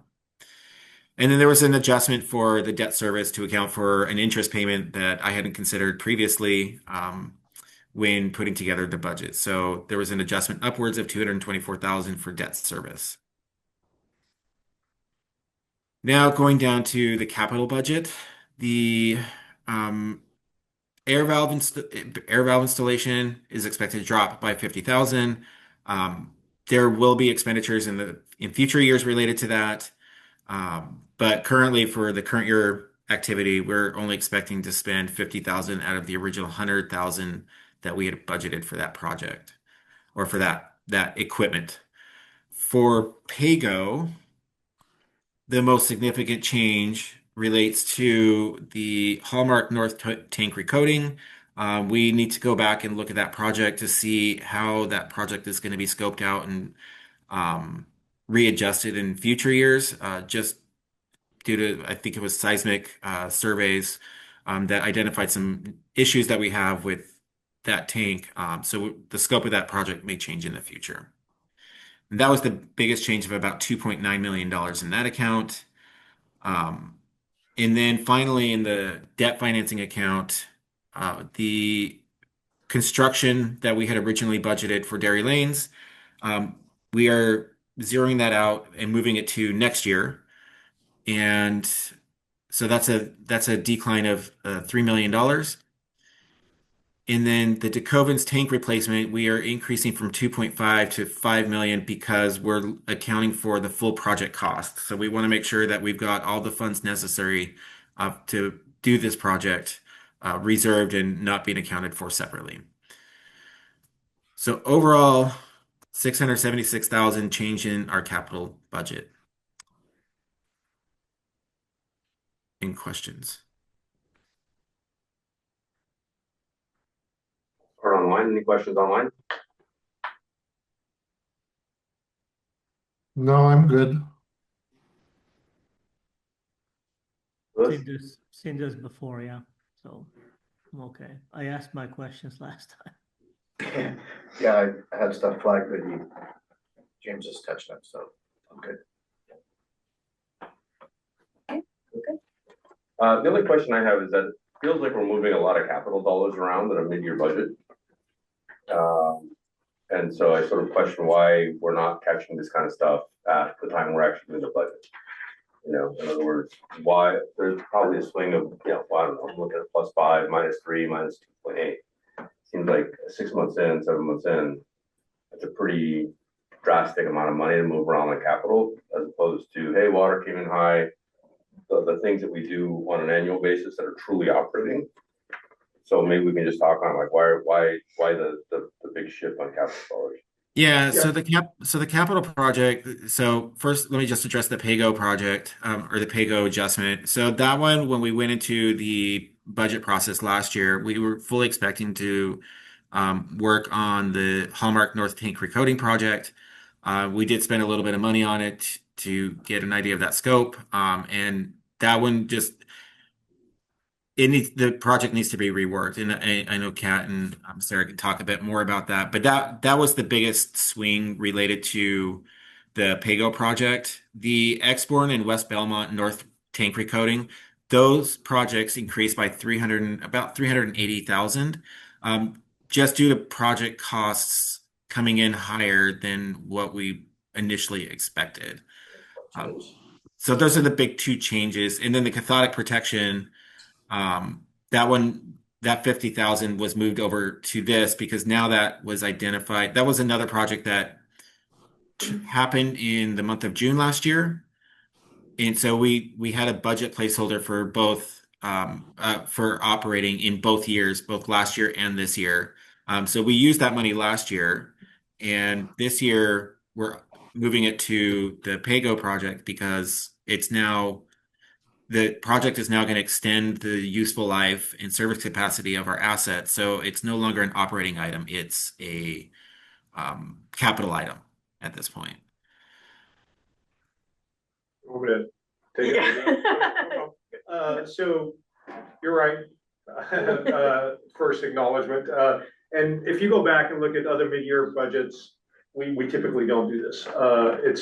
We have a lot of really large, I wouldn't say special projects, but projects that we don't typically do on a year-to-year basis. A lot of big, and this is due to the COP and funding being available. So it's a good problem to have. It's that we're trying to manage it. And so let's talk about the biggest one, which is Hallmark. It's two of our biggest tanks, 2.5 million gallons each. We had scoped out that project. We had done a seismic analysis about 9 years ago of those tanks. And at that time, based on the analysis they had done, they said it didn't really need too much seismic work. So that's how the project was scoped out, was just a recoating, right? Going in and doing some minor work, recoating. Before we started doing that, we said, you know what, it's been a while. Codes have changed. Let's look at this seismically again. And we brought back the structural engineer and found that we needed some upgrades to the tank. And so we put that project on pause, and that's why the money came out. We felt that before we recode it, we should really take a pause and really look at it and see if a retrofit makes sense. Well, I'm sorry, let me step back. There was a retrofit proposed, but when we looked at it, the cost had shifted, and it may make sense to replace the tanks so we just put it on pause to make sure we do that due diligence to see if we need to replace it or retrofit it. So that's why the money came out. There is going to be a project. It's just that we need to rework it. But we didn't want to pause West Belmont and Exborn because they were ready to go. So that was really a splitting and rethinking of one project. That's why that one happened. But absolutely agree, Matt, that this is not the norm. I would say that if you go back and look at other mid-year budgets, we don't do this. It's just I hope we don't do this in the future, but I can't guarantee it. But it's not something that we strive to do at every mid-year budget. Yeah. Yeah, and I appreciate that. And I guess my request would be that rather than put this kind of a abnormal change just in a budget update, that staff call attention to this and walk through the rationale. I don't doubt that there's right reasons behind it, but like, hey, this is abnormal. Don't leave it to us to catch the abnormality. Highlight the fact that this is unusual and say, we recognize that this is unusual. This is why we're doing it.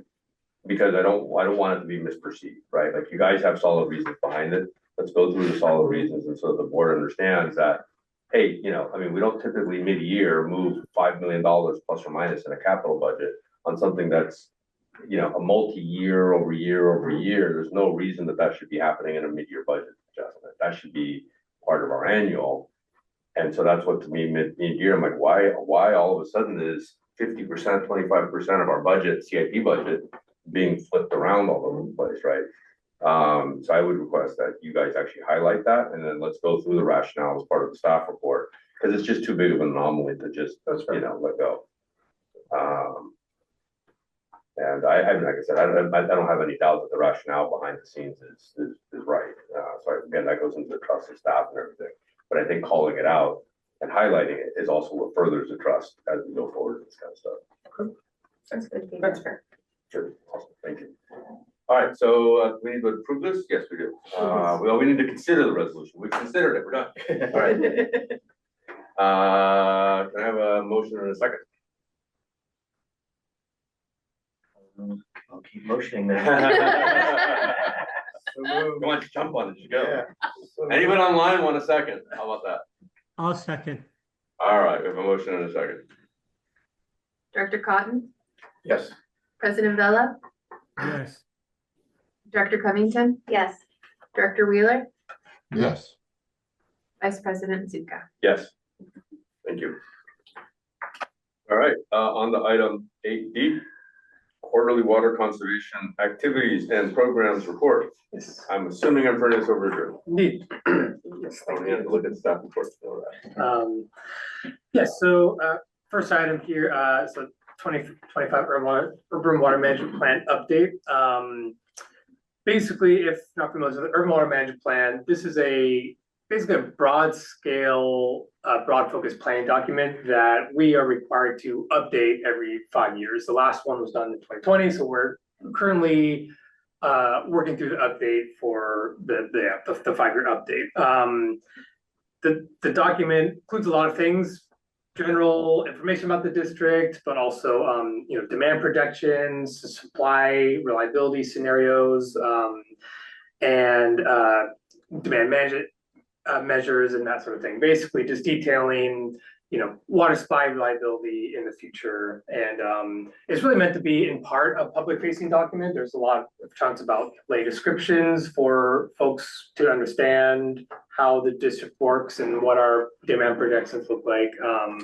But so it kind of combines technical document and some lay document work.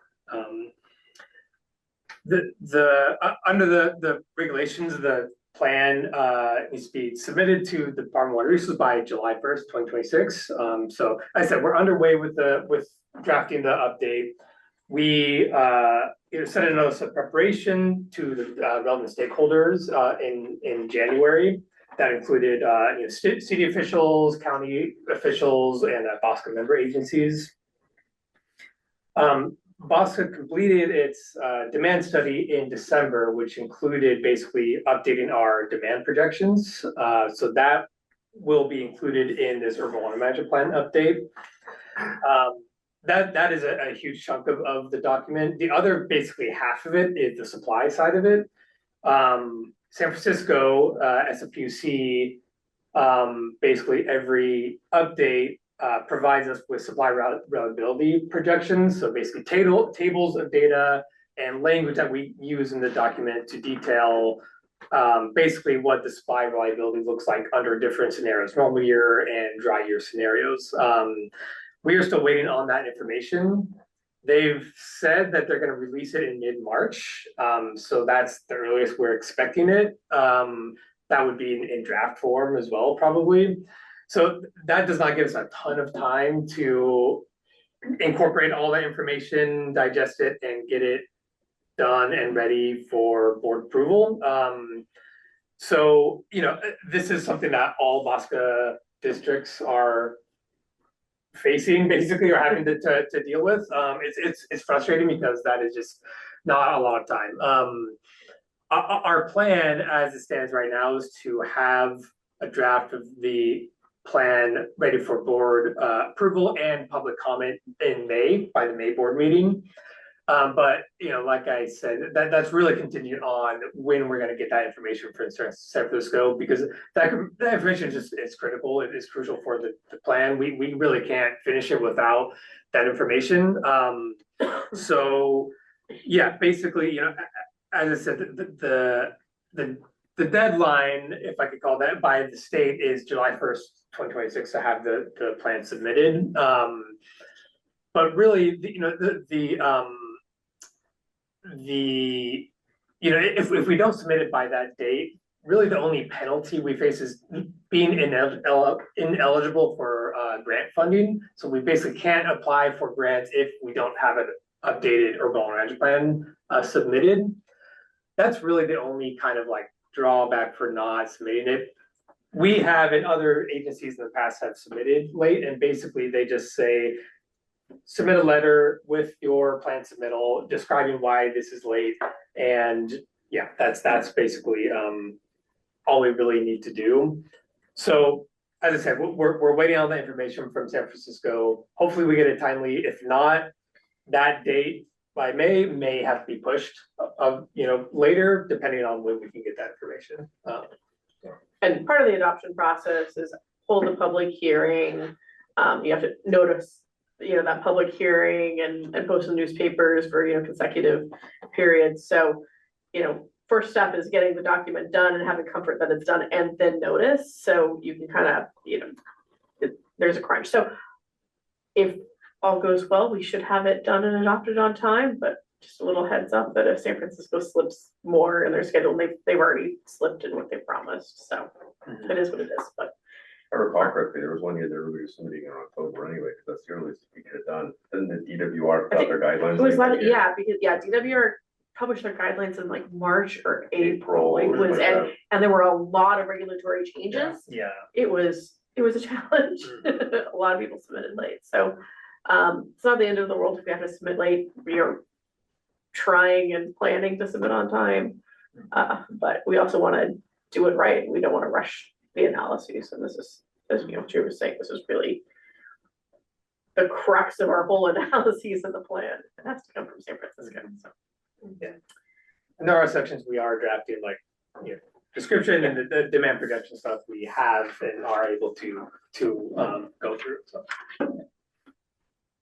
Any questions?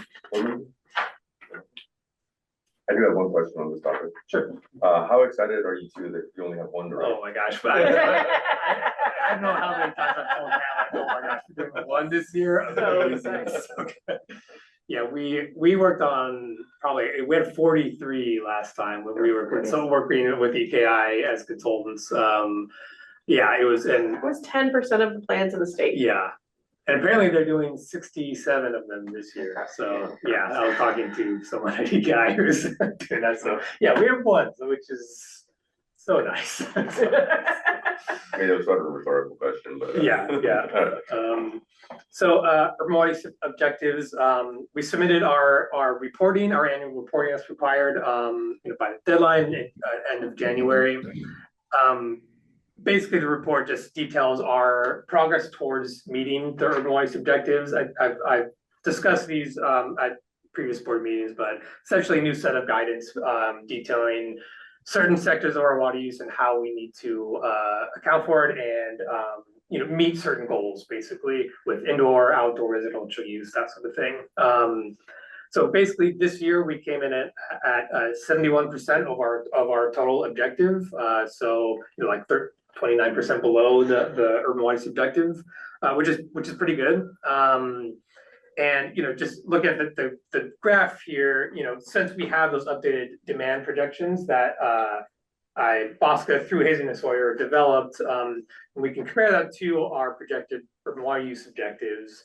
And we can see even through 2050, that planning horizon, we are projected to be under our urban water objective through that horizon.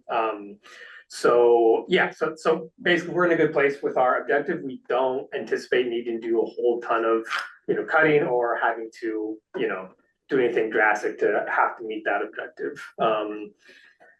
There are a couple of details upcoming for under the objective that we need to do, including classifying all of our CII, our commercial accounts into these different classification bins, and assessing some of DWR's landscape classification data that they've released. So that's underway. We're kind of looking at that data and making sure it matches what we expect. So yeah, that's that for the urban water objectives. So moving on to non-functional turf. Basically, I mentioned this before under AB 1572,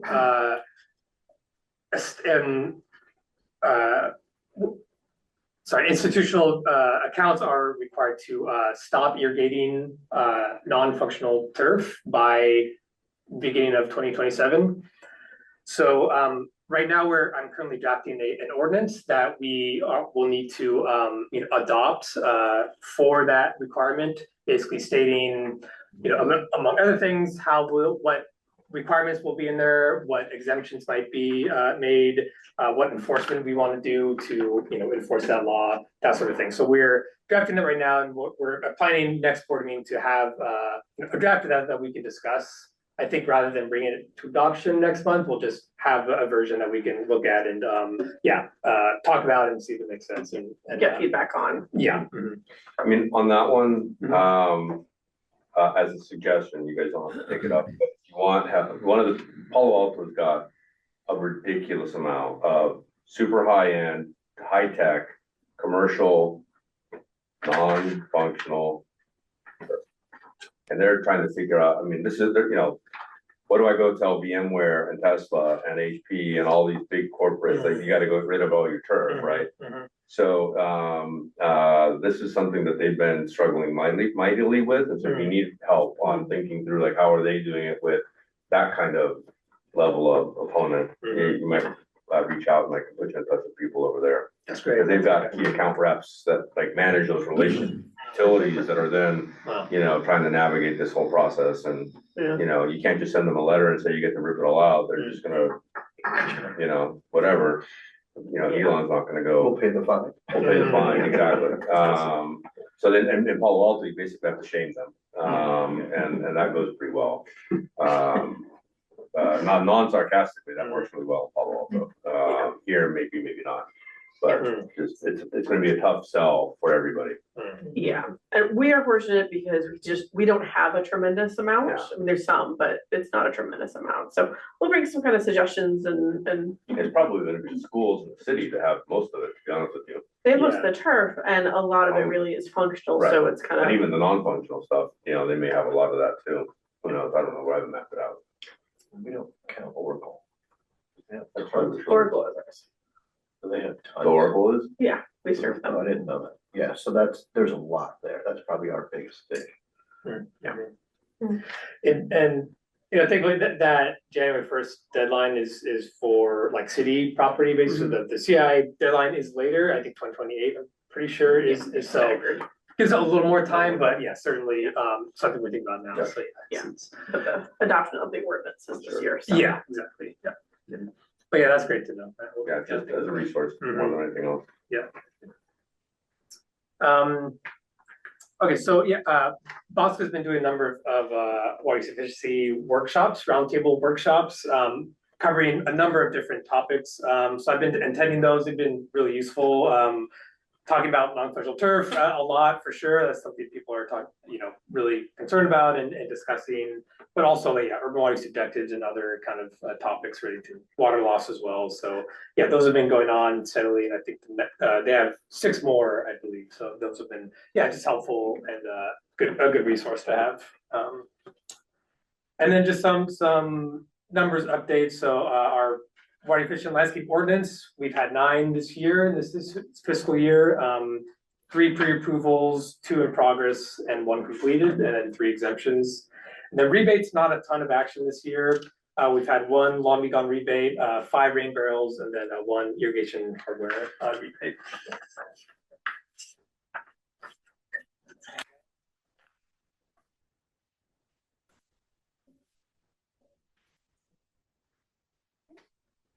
All right. Thank you. I was just sort of staring at Allison. I'm sharing this meeting. Thank you, Jerry. Thank you. All right, we are on to consider resolution 2026-07, approving the MOU between the city and Mid-Peninsula. Should I go get the champagne? Wait, they might not approve. I quit. I mean, you got a draft. Yeah. So this has been a journey, but a good one. We've been talking with the city about it since 2019. In different iterations and forms and whatnot, including a couple of. 3 or 4 public works directors. Yeah, at least 3 since I've been here. They saved the best. Yeah, we're the 3rd public works director in the 3 years I've been here. And more since 2019. So, and city engineers as well. So, but there's been a lot of progress made, as you can tell, in that time, a lot of development of relationships and a lot of kind of better shared understanding. And so we actually got to an agreement on the MOU in, I think, January, or yeah, end of January. And then they hired their assistant deputy works director, city engineer, who, and this is not a criticism at all, but, you know, was asked like, oh, you're new, take a look at this. And then he came back with comments. I have comments, that's okay, like- give back comments. Like last week, after we thought we reached agreement, which, yeah, and so that happened last week, and that's the reason actually we moved to the end of the agenda, just not to mess up the resolution number in case it didn't happen. But you know, it was just kind of, you know, I think brand new, this is not a criticism at all, when you look at his comments and you go, okay. It's gonna take a bit. He hasn't had the background, he hasn't, so it was all fine. Sarah and I met with him. He's a great guy. We met with him on Monday and just, you know, shared all the background, shared our experience, shared who we are, shared the reasoning behind it. And so we went through and he edited his comments and we had a couple little tweaks. So the version that it's updated in the board packet, the last one, the one that does not say draft at the top, and then you have the hard copy here in front of you. The one that does not say draft is the one that we reached a conclusion on, and this was, you know, obviously reviewed by our team, which of course includes Jubin as well as Julie. And I'm really happy and really proud of where we got to on this. It'll be really good working together forward. So there's 3 different items that we agreed on. So regarding trench standards, they agree that our trench standards are working and they work well and we can continue to use them, even though they differ in technical, you know, aspects from theirs, but we're to use them on our projects. For our capital projects that are planned, paving standards, they've agreed to provide all comments, working with us in the plan review stage. You know, highlighted a number of things for them to consider and us to consider. You know, we have in here that will continue to slurry seal all affected areas for capital projects and all that. And all of that is designed so that we get all of those costs included in the contractor bid stage, so we get good pricing on that, and we're not surprised in dealing with change orders at the end if they didn't catch something or didn't consider it, or the inspector just has a different thought at the time. So that'll be really great. I'll jump in with a couple of thoughts after you're done. Sure. And then the last is in the case of unplanned emergency repair projects. They have in their standards, basically, if you're within 10 feet of an existing patch, you know, an existing patch that you didn't do, some other utility had or other work out there, and you're within that 10 feet, then you got to repave that area. And then if, you know, you kind of have a pipeline across kind of a patchworthy street and you're suddenly repaving the entire street when we just had to, you know, repair one section. So that's limited to 5 feet, and they understand where we're coming from that. And as you can see, as you kind of read through the language, a lot of it is an emphasis on, we need to focus on our mission of water infrastructure and avoid scope creep. And we're all serving the same customers, ratepayers, are all shared. So it's in their best interest that we all work together to control these costs as a team, as opposed to 2 completely different entities. So I can add just a couple of thoughts, just commenting on Sarah and Kat and the great work they did to bring us home, because it's been a struggle. It's been a real struggle, and honestly, the last week we're like, oh my God, we're going backwards. But the meeting and just the relationship building was outstanding. The whole reason behind this is, like, when you have so much change in staff, it's really hard for us we're trying to budget for a project, and every time they have a staff turnover, they have a different way of looking at things and applying different things and applying even a standard, looking at it differently.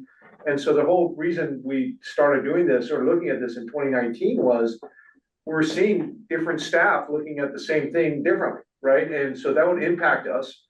And in addition to that, they were telling us things during construction, right? So their inspector would come out and he'd never seen the plans because it wasn't routed to him, so no fault of him, he would come out and say, do this and do that, and that all adds cost to us. So that second item is, hey, you know, we historically always sent them our plans. It wasn't like, you know, we're doing things without their knowledge. It was just that internally they weren't routing it to the right people. And so we said, okay, you know, we'll take all your comments, but just give it to us at the beginning, like before, you know, we finished the design. And we had I don't know how many of the directors were on the board, but for the DLNO project in particular, we had a situation where a change that they requested that they had missed during the design phase, the city ended up costing us, I think, $35,000 or so. Or Harbor. Was it Harbor? Maybe it was Harbor, yeah. So that's a significant amount of money, and so that is really important to us, and they agree, and the trench standard, that's the first item. The reason that's important to us is their request for the other utility or the private developers is a much wider trench than ours. So they require 12 inches on either side of the pipe that's installed underground for the trench to be that wide. We only require 6 inches, so that there's an extra foot of trench width, and if you multiply that by, you know, the amount of linear footage and the amount of trucks that have to all fall and then new material being brought in, it's a significant amount of a cost to us for really no, you know, added benefit. And the way we've always sold it is, we've been here for 95 years. We stand behind our trench. If it goes bad, just call us. We'll come and fix it, right? Like, we're not going to disappear. And this is a big win. Like, this is cool. Please pass it. Do they feel like they are getting benefit out of this as well? I mean, was this something they were reluctant to do, or? I don't, it feels like a mutual, we can put this behind us. Right, I don't think they feel like we sort of shoved it, you know, it feels like a mutual win. Like, but their public works director has been there for 3 months or 4 months, and their city engineer has been there for a month, right? So, but their city manager used to be public works director. He's been there forever, so he knows. Yeah, and so. Online, any comments? Yeah, quick one. I heard somebody mentioning champagne, and I know that you're not supposed to consume alcohol over there, but to legal counsel, does that apply to us on virtual? But you're welcome to do it. seriously, You can just turn the camera button off, Louis, and go around. So seriously, this was one of the topics that was brought up during our first 2-on-2 meeting. So it's not only a number of public works director, but I lost count of the number of mayors that we brought this up to. So finally, we can, I guess, sing hallelujah or something, you know. But it's been a long time coming, so hopefully we are going to play with the same rules. So good job, everyone. But it's been discussed for a long time. So, and I'll be happy to offer this resolution after everybody had a chance to, you know, bring up their comments.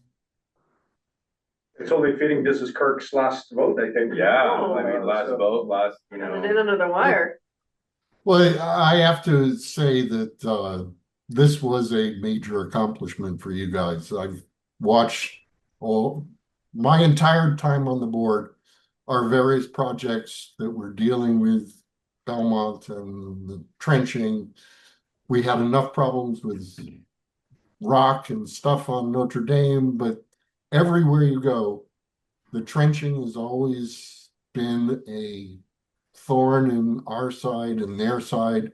And all the homeowners, whenever I would talk to them, go, oh, they're tearing up the street again. No, please don't. So at least this gives us a little more certainty, because them not reviewing our plans in a timely manner is really a problem. And I agree with Jubin that it is a lot of money to get this fixed. So congratulations, guys. So Kirk, I think what you can do as your depart is take credit for making this happen as a board member of final action. That you didn't want to leave until this was finally done, and now that it's done, you can finally go. Just a thought. Oh, you're on mute, Kirk. You're Oh, muted, Kirk. so. It appears to be about the last vote I'm gonna get, yeah. All right, any comments from in here? No, congratulations, guys. Yeah, congratulations. I think this is great. I mean, I remember this from the first letter that Julie sent, which is they wanted us to do a bunch of stuff and she told them to go pound sand. That was the legal term, I think. And so now we at least have some clarity. I have one question, and I'm interested in the idea of we don't slurry, but we pay them to slurry. Yep. That to me feels off. Like, why are we paying? They're responsible for the streets. Yep, and that was a compromise. Okay, fair enough. That's what I figured. Yeah, we went from us reconstructing the street to, the sharing the cost or giving them credit for the slurry. So that comes into play if they're going to rehab the street, I think, and they have it on their CIP to do some work there. But I guess that's my point, is that if they're gonna rehab the street and it's in their budget, and then we're paying them, if it's a compromise, I'm totally good with it. That's what it is. It doesn't make sense to me. We went through the common sense Okay, fair enough. conversation. I'm good with compromise. I'm good with compromise. And, That's you know, the gift. we got other wins. If all they give is put the slurry, Yeah, Yeah. we got other wins, Okay. another way. fair enough. It also says that we may pay. It doesn't say we shall. That's true. Very good catch. Says the attorney in the room. It does. Yes, it does. Yeah. All right, no problem. Do I have a motion in a second? I think it should be Kirk, I- right? Oh, yeah, I'd Kirk, I offer think this you have to move motion. on this one. I'll make a motion that we definitely agree on this memorandum of understanding. I'll second. Awesome. Got a motion in a second. Roll call. Director Wheeler, Yes. President Bella, Yes. Director Cotton, Yes. Director Covington, Yes. Vice President Zuka. Yes. So- Management reports. Thank you. All right. So sorry, I got to refresh now. Taking a look when we're doing the mid-year budget, of course, we take a look at the performance that we've had through January 31st. We've only had up until today, we've only had the one budget amendment related to the capital projects. And overall, I had reported that the significant items that we found this year were significant changes anyways. The first thing is we filed our first the CDAC report, which is the California Debt and Investment Advisory Commission report. When we issued the 2025 COPs, they had because we used the CSDA, we have a requirement to submit an annual report for as long as we've got project funds. And so we submitted the first one due January 31st. Along with the State Controller's Office financial transactions report was submitted at the same time. The next big thing that happened over the past month was we received our second installment of our ERAF payment, which is the amount from the former redevelopment agencies. We typically receive about 50% in January, and then 45% in August, and then the final 5% the subsequent August.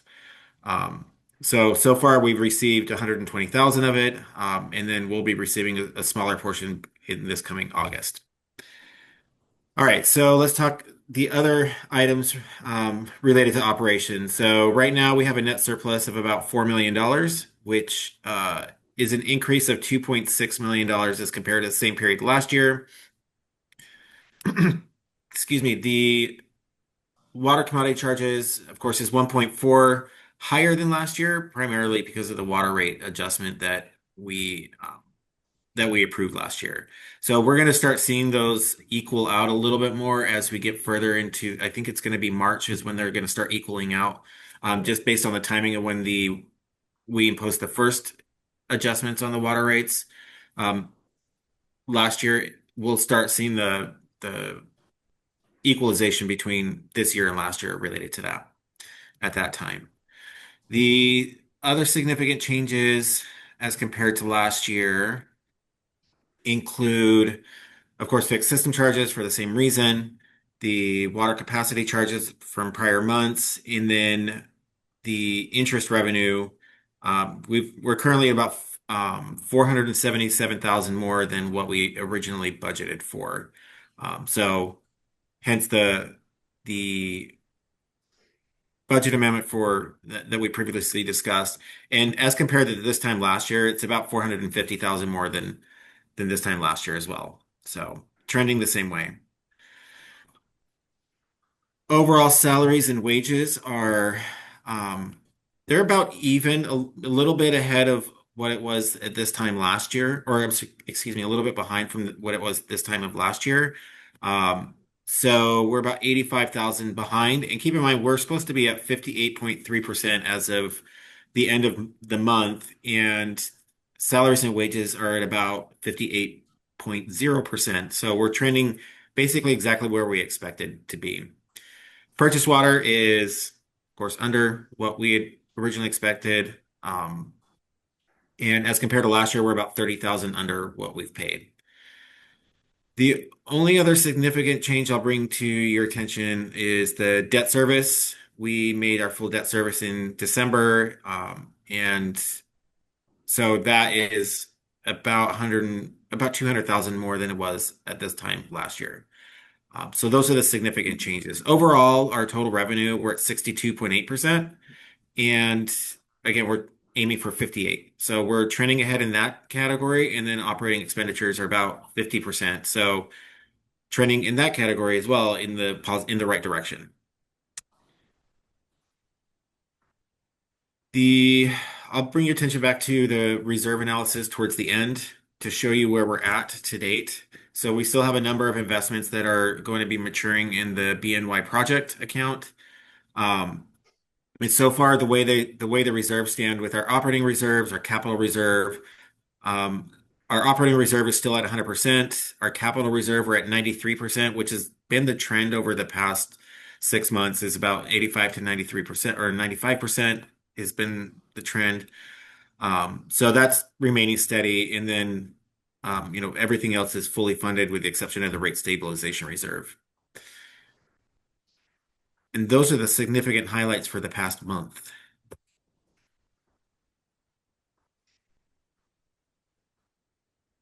Any questions, comments, observations, concerns? Any questions online? No questions. I'm good. Questions in here? The only question I have is, I'm on the PDF online, all the fonts are wonky. Like then I've just been scrolling through, like some of them are okay. Is yours the same? Is yours the online version? Yeah, mine's online version. It looks like it's okay on my end. Really? I downloaded it. I did too. Just for this Maybe report, it's in the font. Is that wonky? Oh, yes. Same with my Mac. It's Oh, okay. yeah. Look at yours. Yeah, I'm online. And mine's There's a few normal. different type styles, but that's not what you got. Wait, Yeah. Maybe it's just conversion Mac issue. Okay, that was it. I just keep scrolling down, I'm going, nope, it's still wonky. Nope, it's still wonky. It's not like the table. Price the Mac. No problem here. Did you download or are you looking at the online version? Oh, I'm going the online. No, I downloaded the online version and then opened it in Acrobat. So I figured that would be better. But Do you want me to adjust the font for next month? no, it's all good. Okay. Just want to make sure. Yeah, thank you. We're good. All right. Anything else on the financial report? I think we're good. District engineer's report? Yeah, so our next pipeline project, Lower Notre Dame, Willow is just a couple of weeks behind schedule, but otherwise, on budget, moving forward, no issues there. We had some major updates on State Route 101 at PAMF Hospital, a water main project since this report was completed. We've decided to move ahead with just the drilling portion of that project. So I'm gonna have a little bit more information in the exhibit, and it's hard to kind of describe it, but I'll have an exhibit for the next board meeting. But we're gonna proceed because the last portion, which is the conventional construction, requires a lot of coordination with City of San Carlos, and that was what was holding us up, was that coordination between their sewer and our water. And so we decided to just jettison that and come back to it after they put their sewer line in. We really want to go underneath 101 as soon as possible, and go north with the drilling. So I'll have a bunch more information on that at next board meeting. The DeKalb tank project is moving forward. We have a meeting with the lawyers, our attorneys for the antenna next week, and that's one of the critical path items for that project, is for the cell providers to relocate their antennas that are now attached to our tanks. So before we can tear our tanks down and reconstruct them. And the only other thing I wanted to mention was I stated there's a separate report for the West Belmont Exporn. There is not one. There is no report at this board meeting. I mistyped that. So there was work that was started, but we've done not enough to provide a written report yet. So the written report that is attached is the final report for the DLNO. That's where I pulled the change order numbers from. And the project is on pause until the weather gets better and we can slurry seal the road, and that'll be the end of this project. But this report has the final change order numbers that I again references. I think it's on page, I think one more down, right there. Yeah, so that's the final change orders for this project. Any questions I can answer? Nope. All right. Any questions online? No, all right. Administrative Services Manager. That's me. Oh, really? Yep. The fonts on your report look fine on my.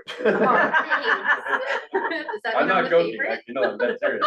They were weird above, Juven's text is fine, it's a finance. Perfect. I'll just say that you just said I'm favorite. I'll process it how you will. I'll touch on a few of like the fun things that happened recently. So we did a lunch and learn.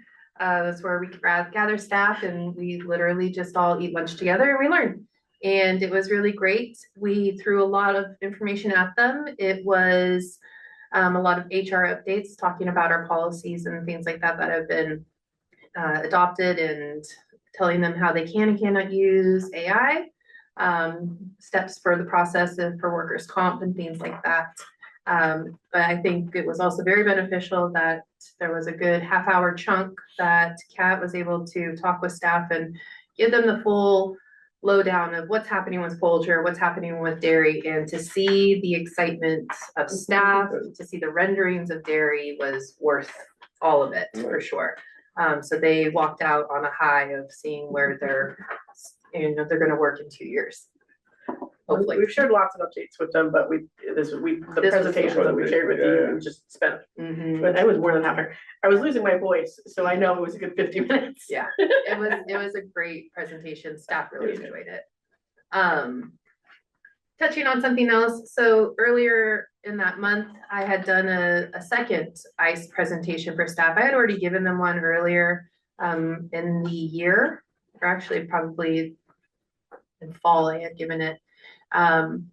We have reason to believe that we're a little bit more of the possibility of ICE coming into our area for certain reasons that I won't share while we're being recorded.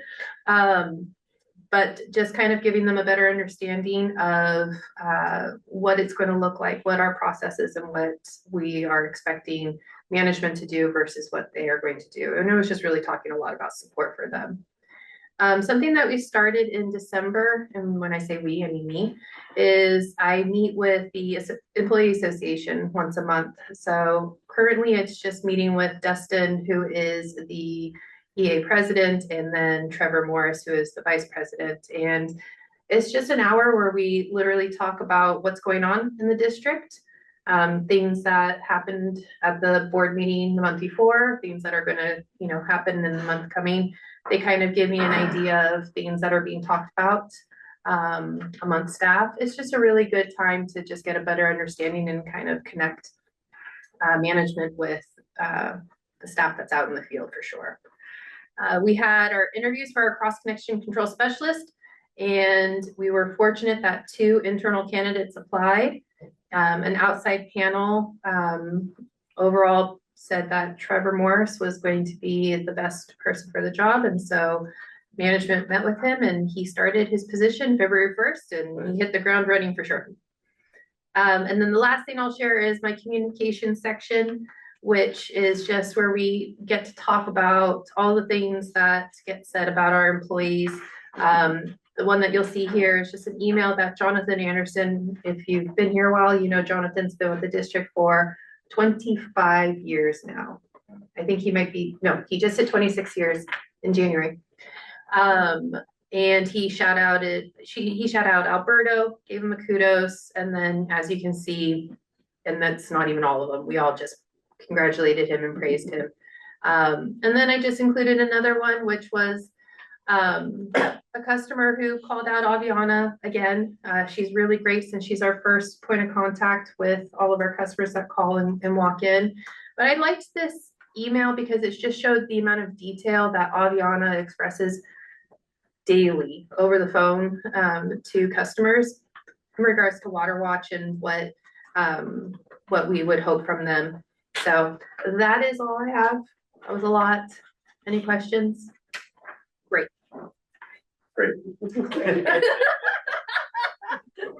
I might have questions now.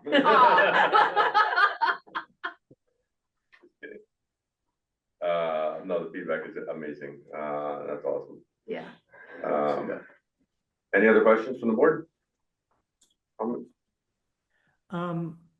was kind of curious, Allison, on that ICE presentation. Mhm. There were no examples that any of our staff were encountered any of these situations. This was like a preventative thing, right? Correct. It's all preventative. So- There have been, at least that have been reported to me, there have been no encounters with ICE with our staff outside of work, but for sure there have been no encounters with staff in ICE while at work. So this is just things, we're being preventative just from things that we've heard within the community. That's good to know. Yeah. And is this something, without going into something that, is it about staff, contractors, both? It has to do with a neighboring entity. Okay. And we also heard all the rumors and expectation that there was gonna be a lot of ICE activity associated with the Super Bowl in the area. Oh, yeah. As well as the additional detail we. Okay. That makes sense. Yeah, and I also And wanted now to- that other sporty event, what's the next one coming here? Besides the World Cup. Yeah. Other sporty event that you handling your description? Did you? I'm like, the soccer one? I don't know. Go sports balls. That's okay. Of course. Kickball. The other, I mean, tell me you don't follow sports without telling me you don't follow sports.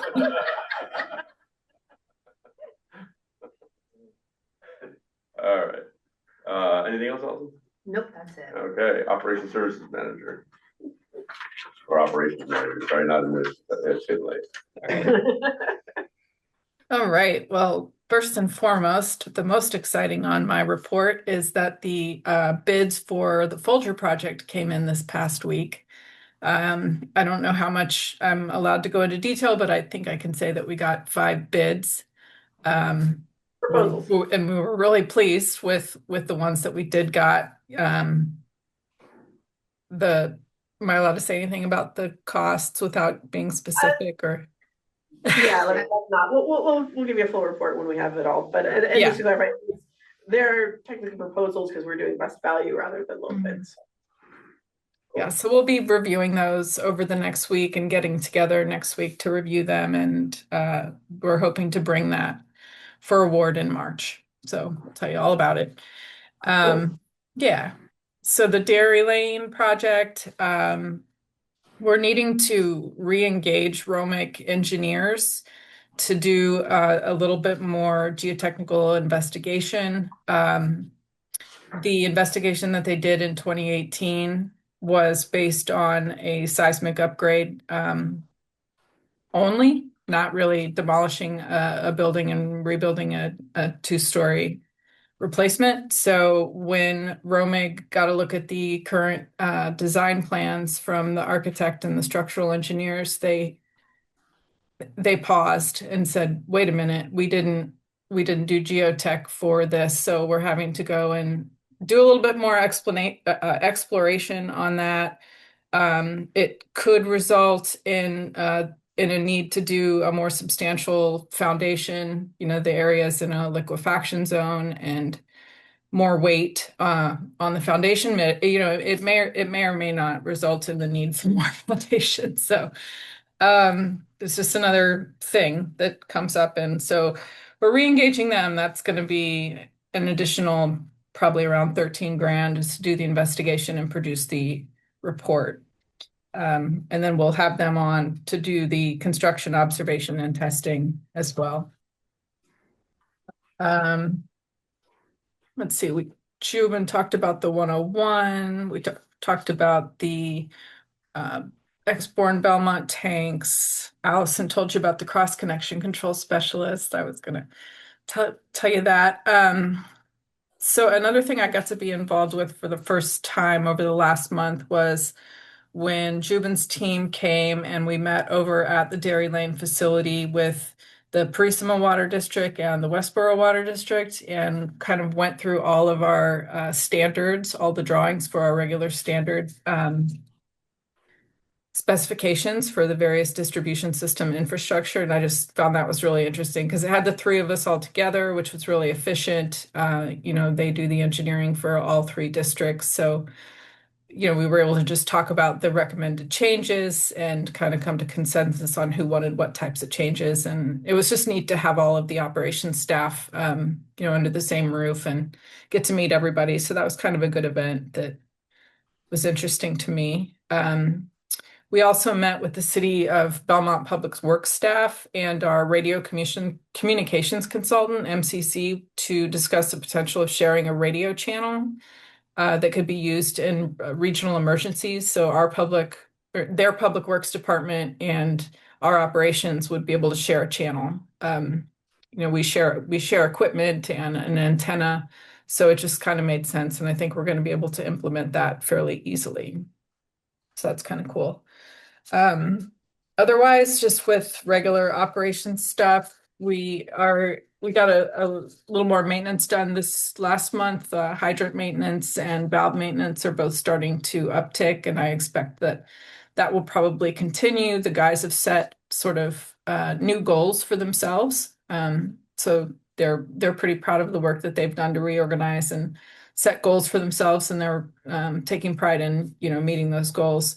We didn't have any leaks or system repairs in January, as opposed to the previous month. We had a whole lot, so that was nice to see. And yeah, that's really about it.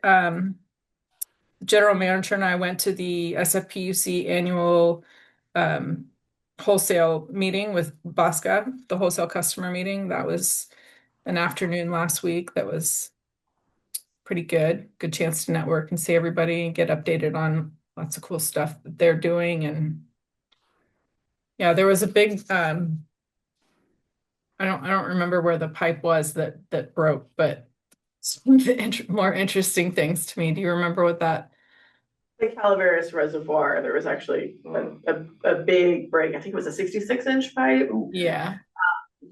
But it was an exercise in emergency response, and things went well, and they were kind of fortunate because they already had a contractor on site doing work on site that was able to respond and address the big break. They opened up their intertie with, was it East Bay Mud, to feed the system. So, effectively to us, there was no interruption, and to our customers, there was no interruption. So it went well, but these things happen. There's a other side of the toilet, in the Potomac River right now, there is, a sewer overflow ongoing. That's been discharged millions of gallons a day. They can't shut it off. Oh my God. Reading about that. Yeah. Oh, I thought they closed. No, they can't. They're having a hard thing because I think as I understand it, it's a surcharged gravity line. They can't tell everybody in town to stop Stop flushing. flushing your toilet. Oh my God. And it Especially blew out Washington. and it's now still going into Potomac, so gross. Could be worse. Any questions for the operations manager? Sarah, the font on your report was fine too. Great. Good to know. Got that one right. Thanks. I mean, James. Palo Alto said that the etymology behind the word format was for Matt. So Oh my God. yeah, I have a rep. Oh, no. Oh, Better get back there, Lewis, and take over your gavel. I know, right? I do have a question though on the geotech. Is there, I mean, for $13,000, doesn't sound like that's too much addition. They're not gonna go drill any more boreholes. But They're due through with CPTs actually for they that are cost. for 18 Yeah. for 13 grand. Yeah. Wow. And the report. Mhm. Okay. The bigger issue, and we are scheduled to, so is on the structural engineer, and I have quite a few questions for them in why we marched down this path. This is supposed to happen before bonds are sold. Before what? Before bonds are sold. So, yeah, I think next Tuesday, our architect is having the structure on, so, I have some thoughts. All right, cool. I just want to make sure, I figured you guys were on that. It's Yeah, just we'll let you. that to me is someone that wasn't paying attention at the structure, whoever was relying on that report. Yeah. It'll be a fun conversation, I am sure. Yeah. That was my question. Okay, emergency. General manager report. The last one. So, as Sarah mentioned, we went to the SFPUC And by the way, the wholesale. fonts on yours are off. Sorry. Dang it. All right. So we went to the meeting and my focus was on the rates. So as we mentioned earlier when they released their kind of range letter and how much they're planning to raise our rates for next fiscal year. They gave a broad range of from 5.9 to 9.1%. So as we march along, they're narrowing it in. This isn't a final number, but they're now estimating it's going to be an increase to $6.23 per CCF, which is a 7.4% increase. The good news is that is within the amount that we have estimated in our 5-year rate study, which was based on their earlier projections. So if that amount holds, basically we'll take the rate we projected for fiscal year and we can reduce it by 7 cents per CCF. And so, we're completely covered and it's actually a slightly lower cost to our customer. I mean, it's a direct pass through, but it's a lower cost overall. So let's hope that's true. They will have kind of, their final recommendation in March, and then they present it to their commission for adoption in April. Once that is, we can finalize our our rate projections and bring it back to the board. Our goal is to bring it into the board in April if their timing works. And that gives us a little bit more leeway to do our 30-day notice before July 1st, rather than cutting it as we kind of have, cutting it kind of close. If we adopt our rates in May, at the end of May, then we have to basically tell the printer immediately the next morning to print and send postcards. So, but in here, here's the rate projections that they have for the next few years based on their current information. You can see basically the projections going forward are almost as if there is no balancing account. And Bosca has comments on that as well. So One thing I wanted to share with you, it's interesting, there's a proposed legislation for, they're calling it, California Utility Worker Identification Program. Proposed to have, state level identification, particularly for water agency workers. That's a uniform, ID card, basically. And the idea behind it is if you have, like they had in the LA fires, it in theory should, streamline the ability to get access behind, evacuation zones for work. I have questions about it. I mean, it's fine in theory, but I think it's not theory, in theory. I didn't get that. Did you try again? There are too many devices too, and they're all. So, but the access still falls on the law enforcement agency, the incident command. So whether they're educated of who is the water agency and they can access it, or who has a specific state ID and can access it, it's still kind of the same problem. What's interesting about this legislation is that it's really sponsored by Aqua JPIA, and they're not really in the habit of sponsoring this type of legislation. And I haven't heard anything yet from Aqua itself or CSDA or the others. So letting you know that we're following it. It's kind of early in the legislation. There's a fact sheet attached and a template letter. I haven't signed it. If the board has thoughts on it, I'm happy to hear it. I mean, my understanding was it was the National Guard that was putting away all of the, so it's the fact that they're not part of the local chain of command, it's not the local sheriff, and they couldn't get past the National Guard. That was the big issue in the LA fires. And so having a state ID, I don't know in that case if it would have helped. If there are other cases, it would help. But then, I mean, I think part of it is too, they couldn't go through their local OES because their local OES only reported out to sheriff and local fire and PD. There was no getting to the state level. And so this might help with the state side of things. Yeah, in other words, that this is a state issued ID card.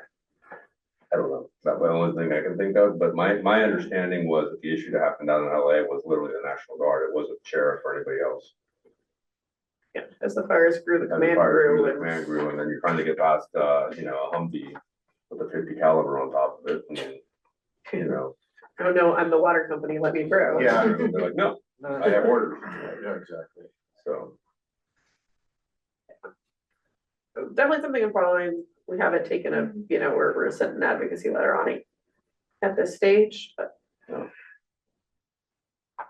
I mean, I doubt Aqua JPI is looking for things to do that they think it's, but who knows whether it'll work. And not only that, depending on the level of disaster, I mean, if it's an earthquake, I mean, I guess an evacuation zone, it makes sense, but you're still required to report to your local jurisdiction. So, in an actual emergency. I still think the incident command would get this kind of process down to where, I mean, if you're part of a water emergency group coming out, the incident commander is not going to hold that up. And that word gets to the guard or whoever's surrounded. You would hope, but it depends. Is the incident command, local PD, is it county sheriff? Does it go National Guard? Does it go? Yeah, I don't know who the incident commander was, but they had deployed the National Guard. They may have had their own different incident commanders depending on what they were doing.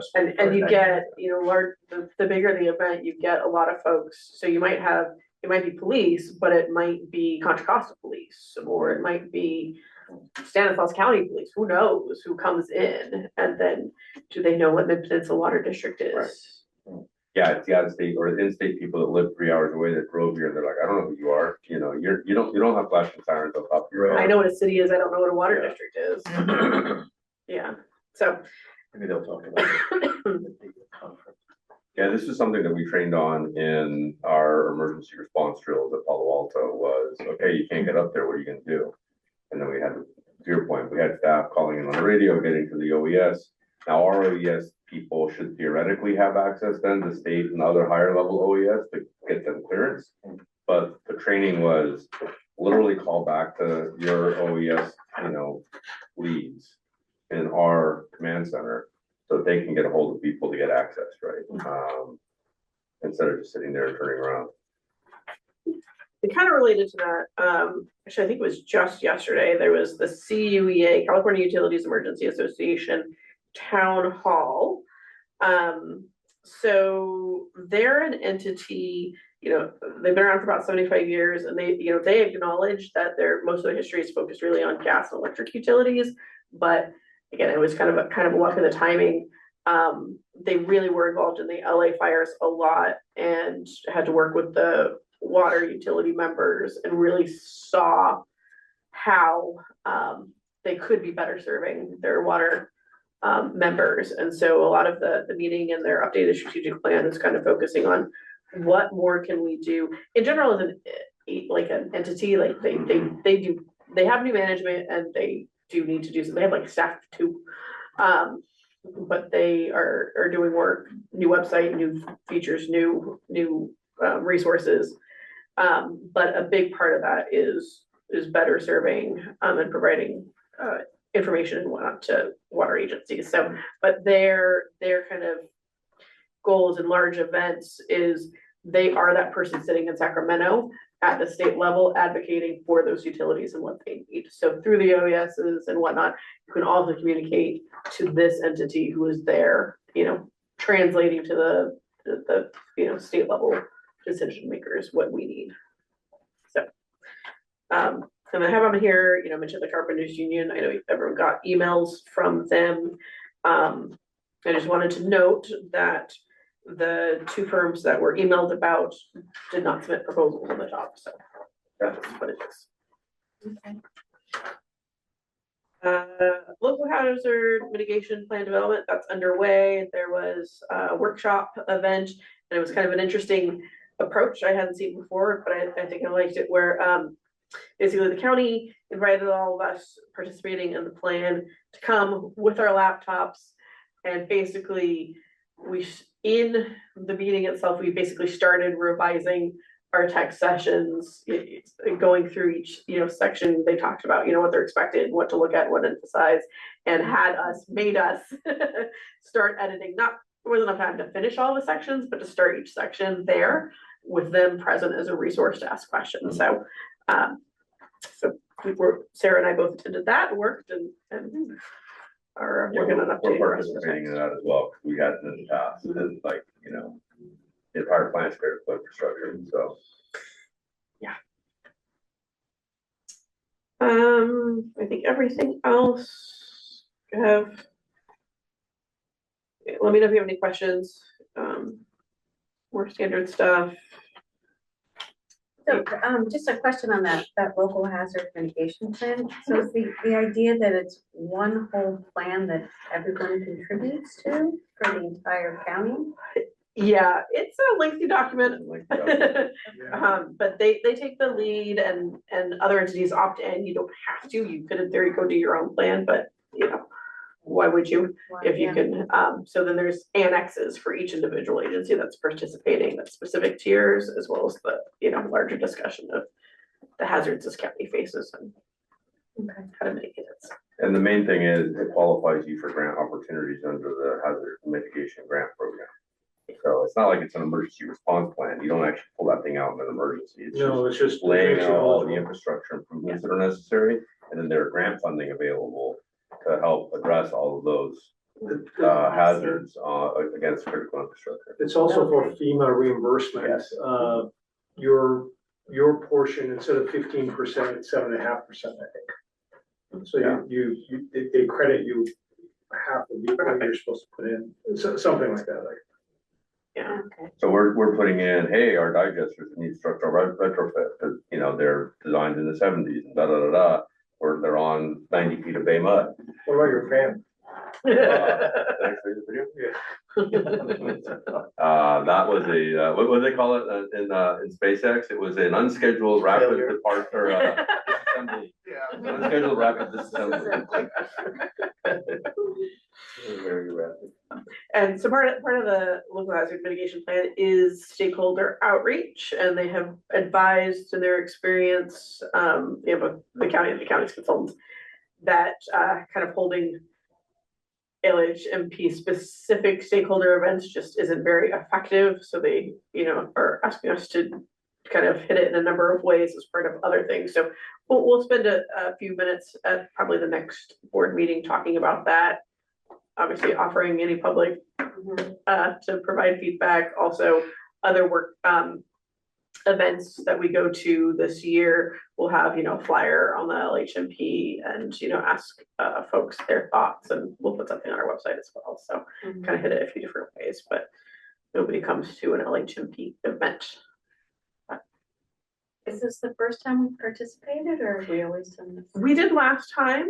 I think it's every 5 years, right? So it was the last time 5 years ago. I don't know about before then, but we definitely did last time. I don't think it's before this. Is there grants you think on the horizon that we might leverage using this? In a normal situation, definitely there's FEMA grants that we have projects that are eligible for. We're still looking at them and wanting to throw our hat in for them. It's just a very different funding landscape now at the federal level. I think sometimes even it's only 3 more years. State has its own budget issues, but even state programs, they often will ask if you have this too, even though it's a federal document. So but we try. And there's also congressional appropriations, which I don't know, they don't generally necessarily look at this plan or not, but we are throwing our hat in with those, which working the process, and maybe 1 year it'll work. It'll fit that. Okay, good. Always good to have options, so glad you're still doing it. Anything else? Any questions for the general manager? None. Director's reports. I'll start online with Director Bella. It is now 6:15 in the morning. You I'm very sleepy. You can go to sleep now? I need to go back to sleep, yes. But thank you, Matt, for running this meeting on my behalf. Yep. I appreciate that. And for jumping in, on the fly, so to speak. No worries. And It's not like I haven't done it before. What kind of business? You're on fire tonight. All right, and next week we have the BUSCA meeting, so we're preparing for that. So we'll see how things go. That's it from me. I guess we can have director, we gotta go last. Or you wanna go next, Kirk? Whatever you want to do, it's fine. Oh, why don't you go next? Okay. I didn't have any director activities during the month, other than writing my resignation letter. So,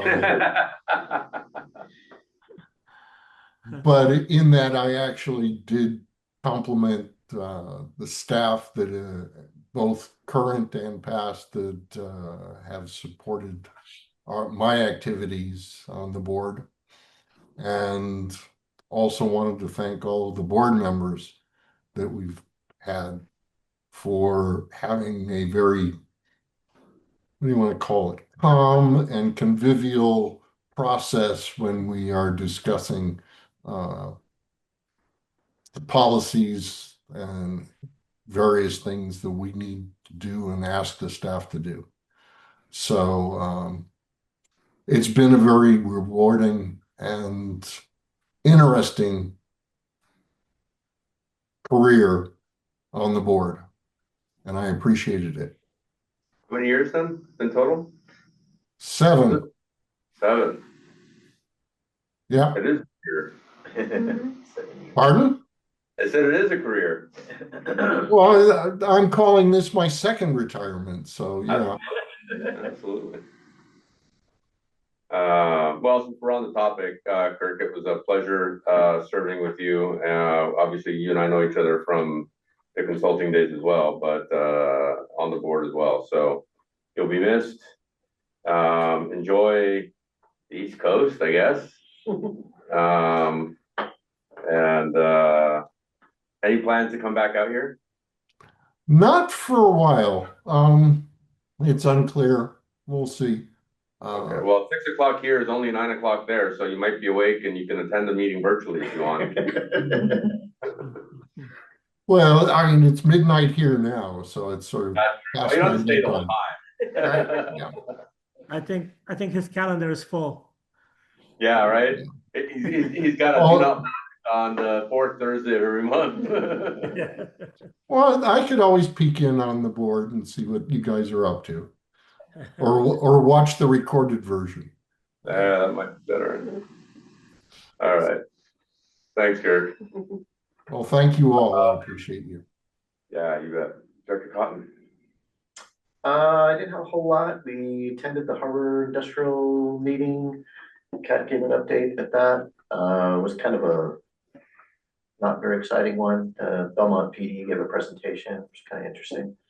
And obviously, Director Bell and I were engaged in the District 3 review. And again, happy the way that turned out. And that's it for me. I think Sarah gave the update at page A. Oh, that's right. Sarah gave the update. Dr. Cotton. Yeah. Great work on the ad hoc committee, so Yeah. it's a lot of work, so Thank you for thank you for that. And Kirk, I appreciate you. It's been a pleasure getting to know you over the past year. So thank you. Yes. So I attended the finance committee meeting, my first one with President Bella and staff. I had correspondence directed to me. Whoa.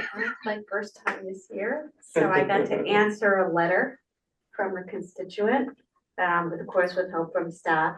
And I visited the Exborn tank site, which was what the correspondence was about. So I also got a great tour of the recoding project that's going on there and the pump station. And I have to say, that is one of the cleanest, like I've seen some, not pump stations of ours, but I was amazed at how clean and pristine that pump station was. I was like, wow, that's like equipment looked so shiny and new, and it was not a speck of dust That in has there. always been like you can eat off the floors of anything in this district. Yeah, anyway, was noted. So it was great. It was great to be out there with Michael and Victor and with Kat. Have a tour and see what was going on at that site. So thanks for making time for me. That's about it. Good. I don't have anything to report. So very good. Communications. None. I feel like that's how public comment should have gone. You wish, yeah. All right, and I understand closed session. There's no update, so there's no need to hold. We can cancel it. Yep. Okay. Okay. Sounds good. So we'll now reconvene. Thank you. Bye, Kurt. Bye, Nice Kurt. luck. Good luck, guys. Bye. Congratulations, Kurt. And, Thank you. Morning. thank you. You take care. Stay in touch. Right. Good night, everybody. Bye. Hi, Sarah. Good morning. Good morning.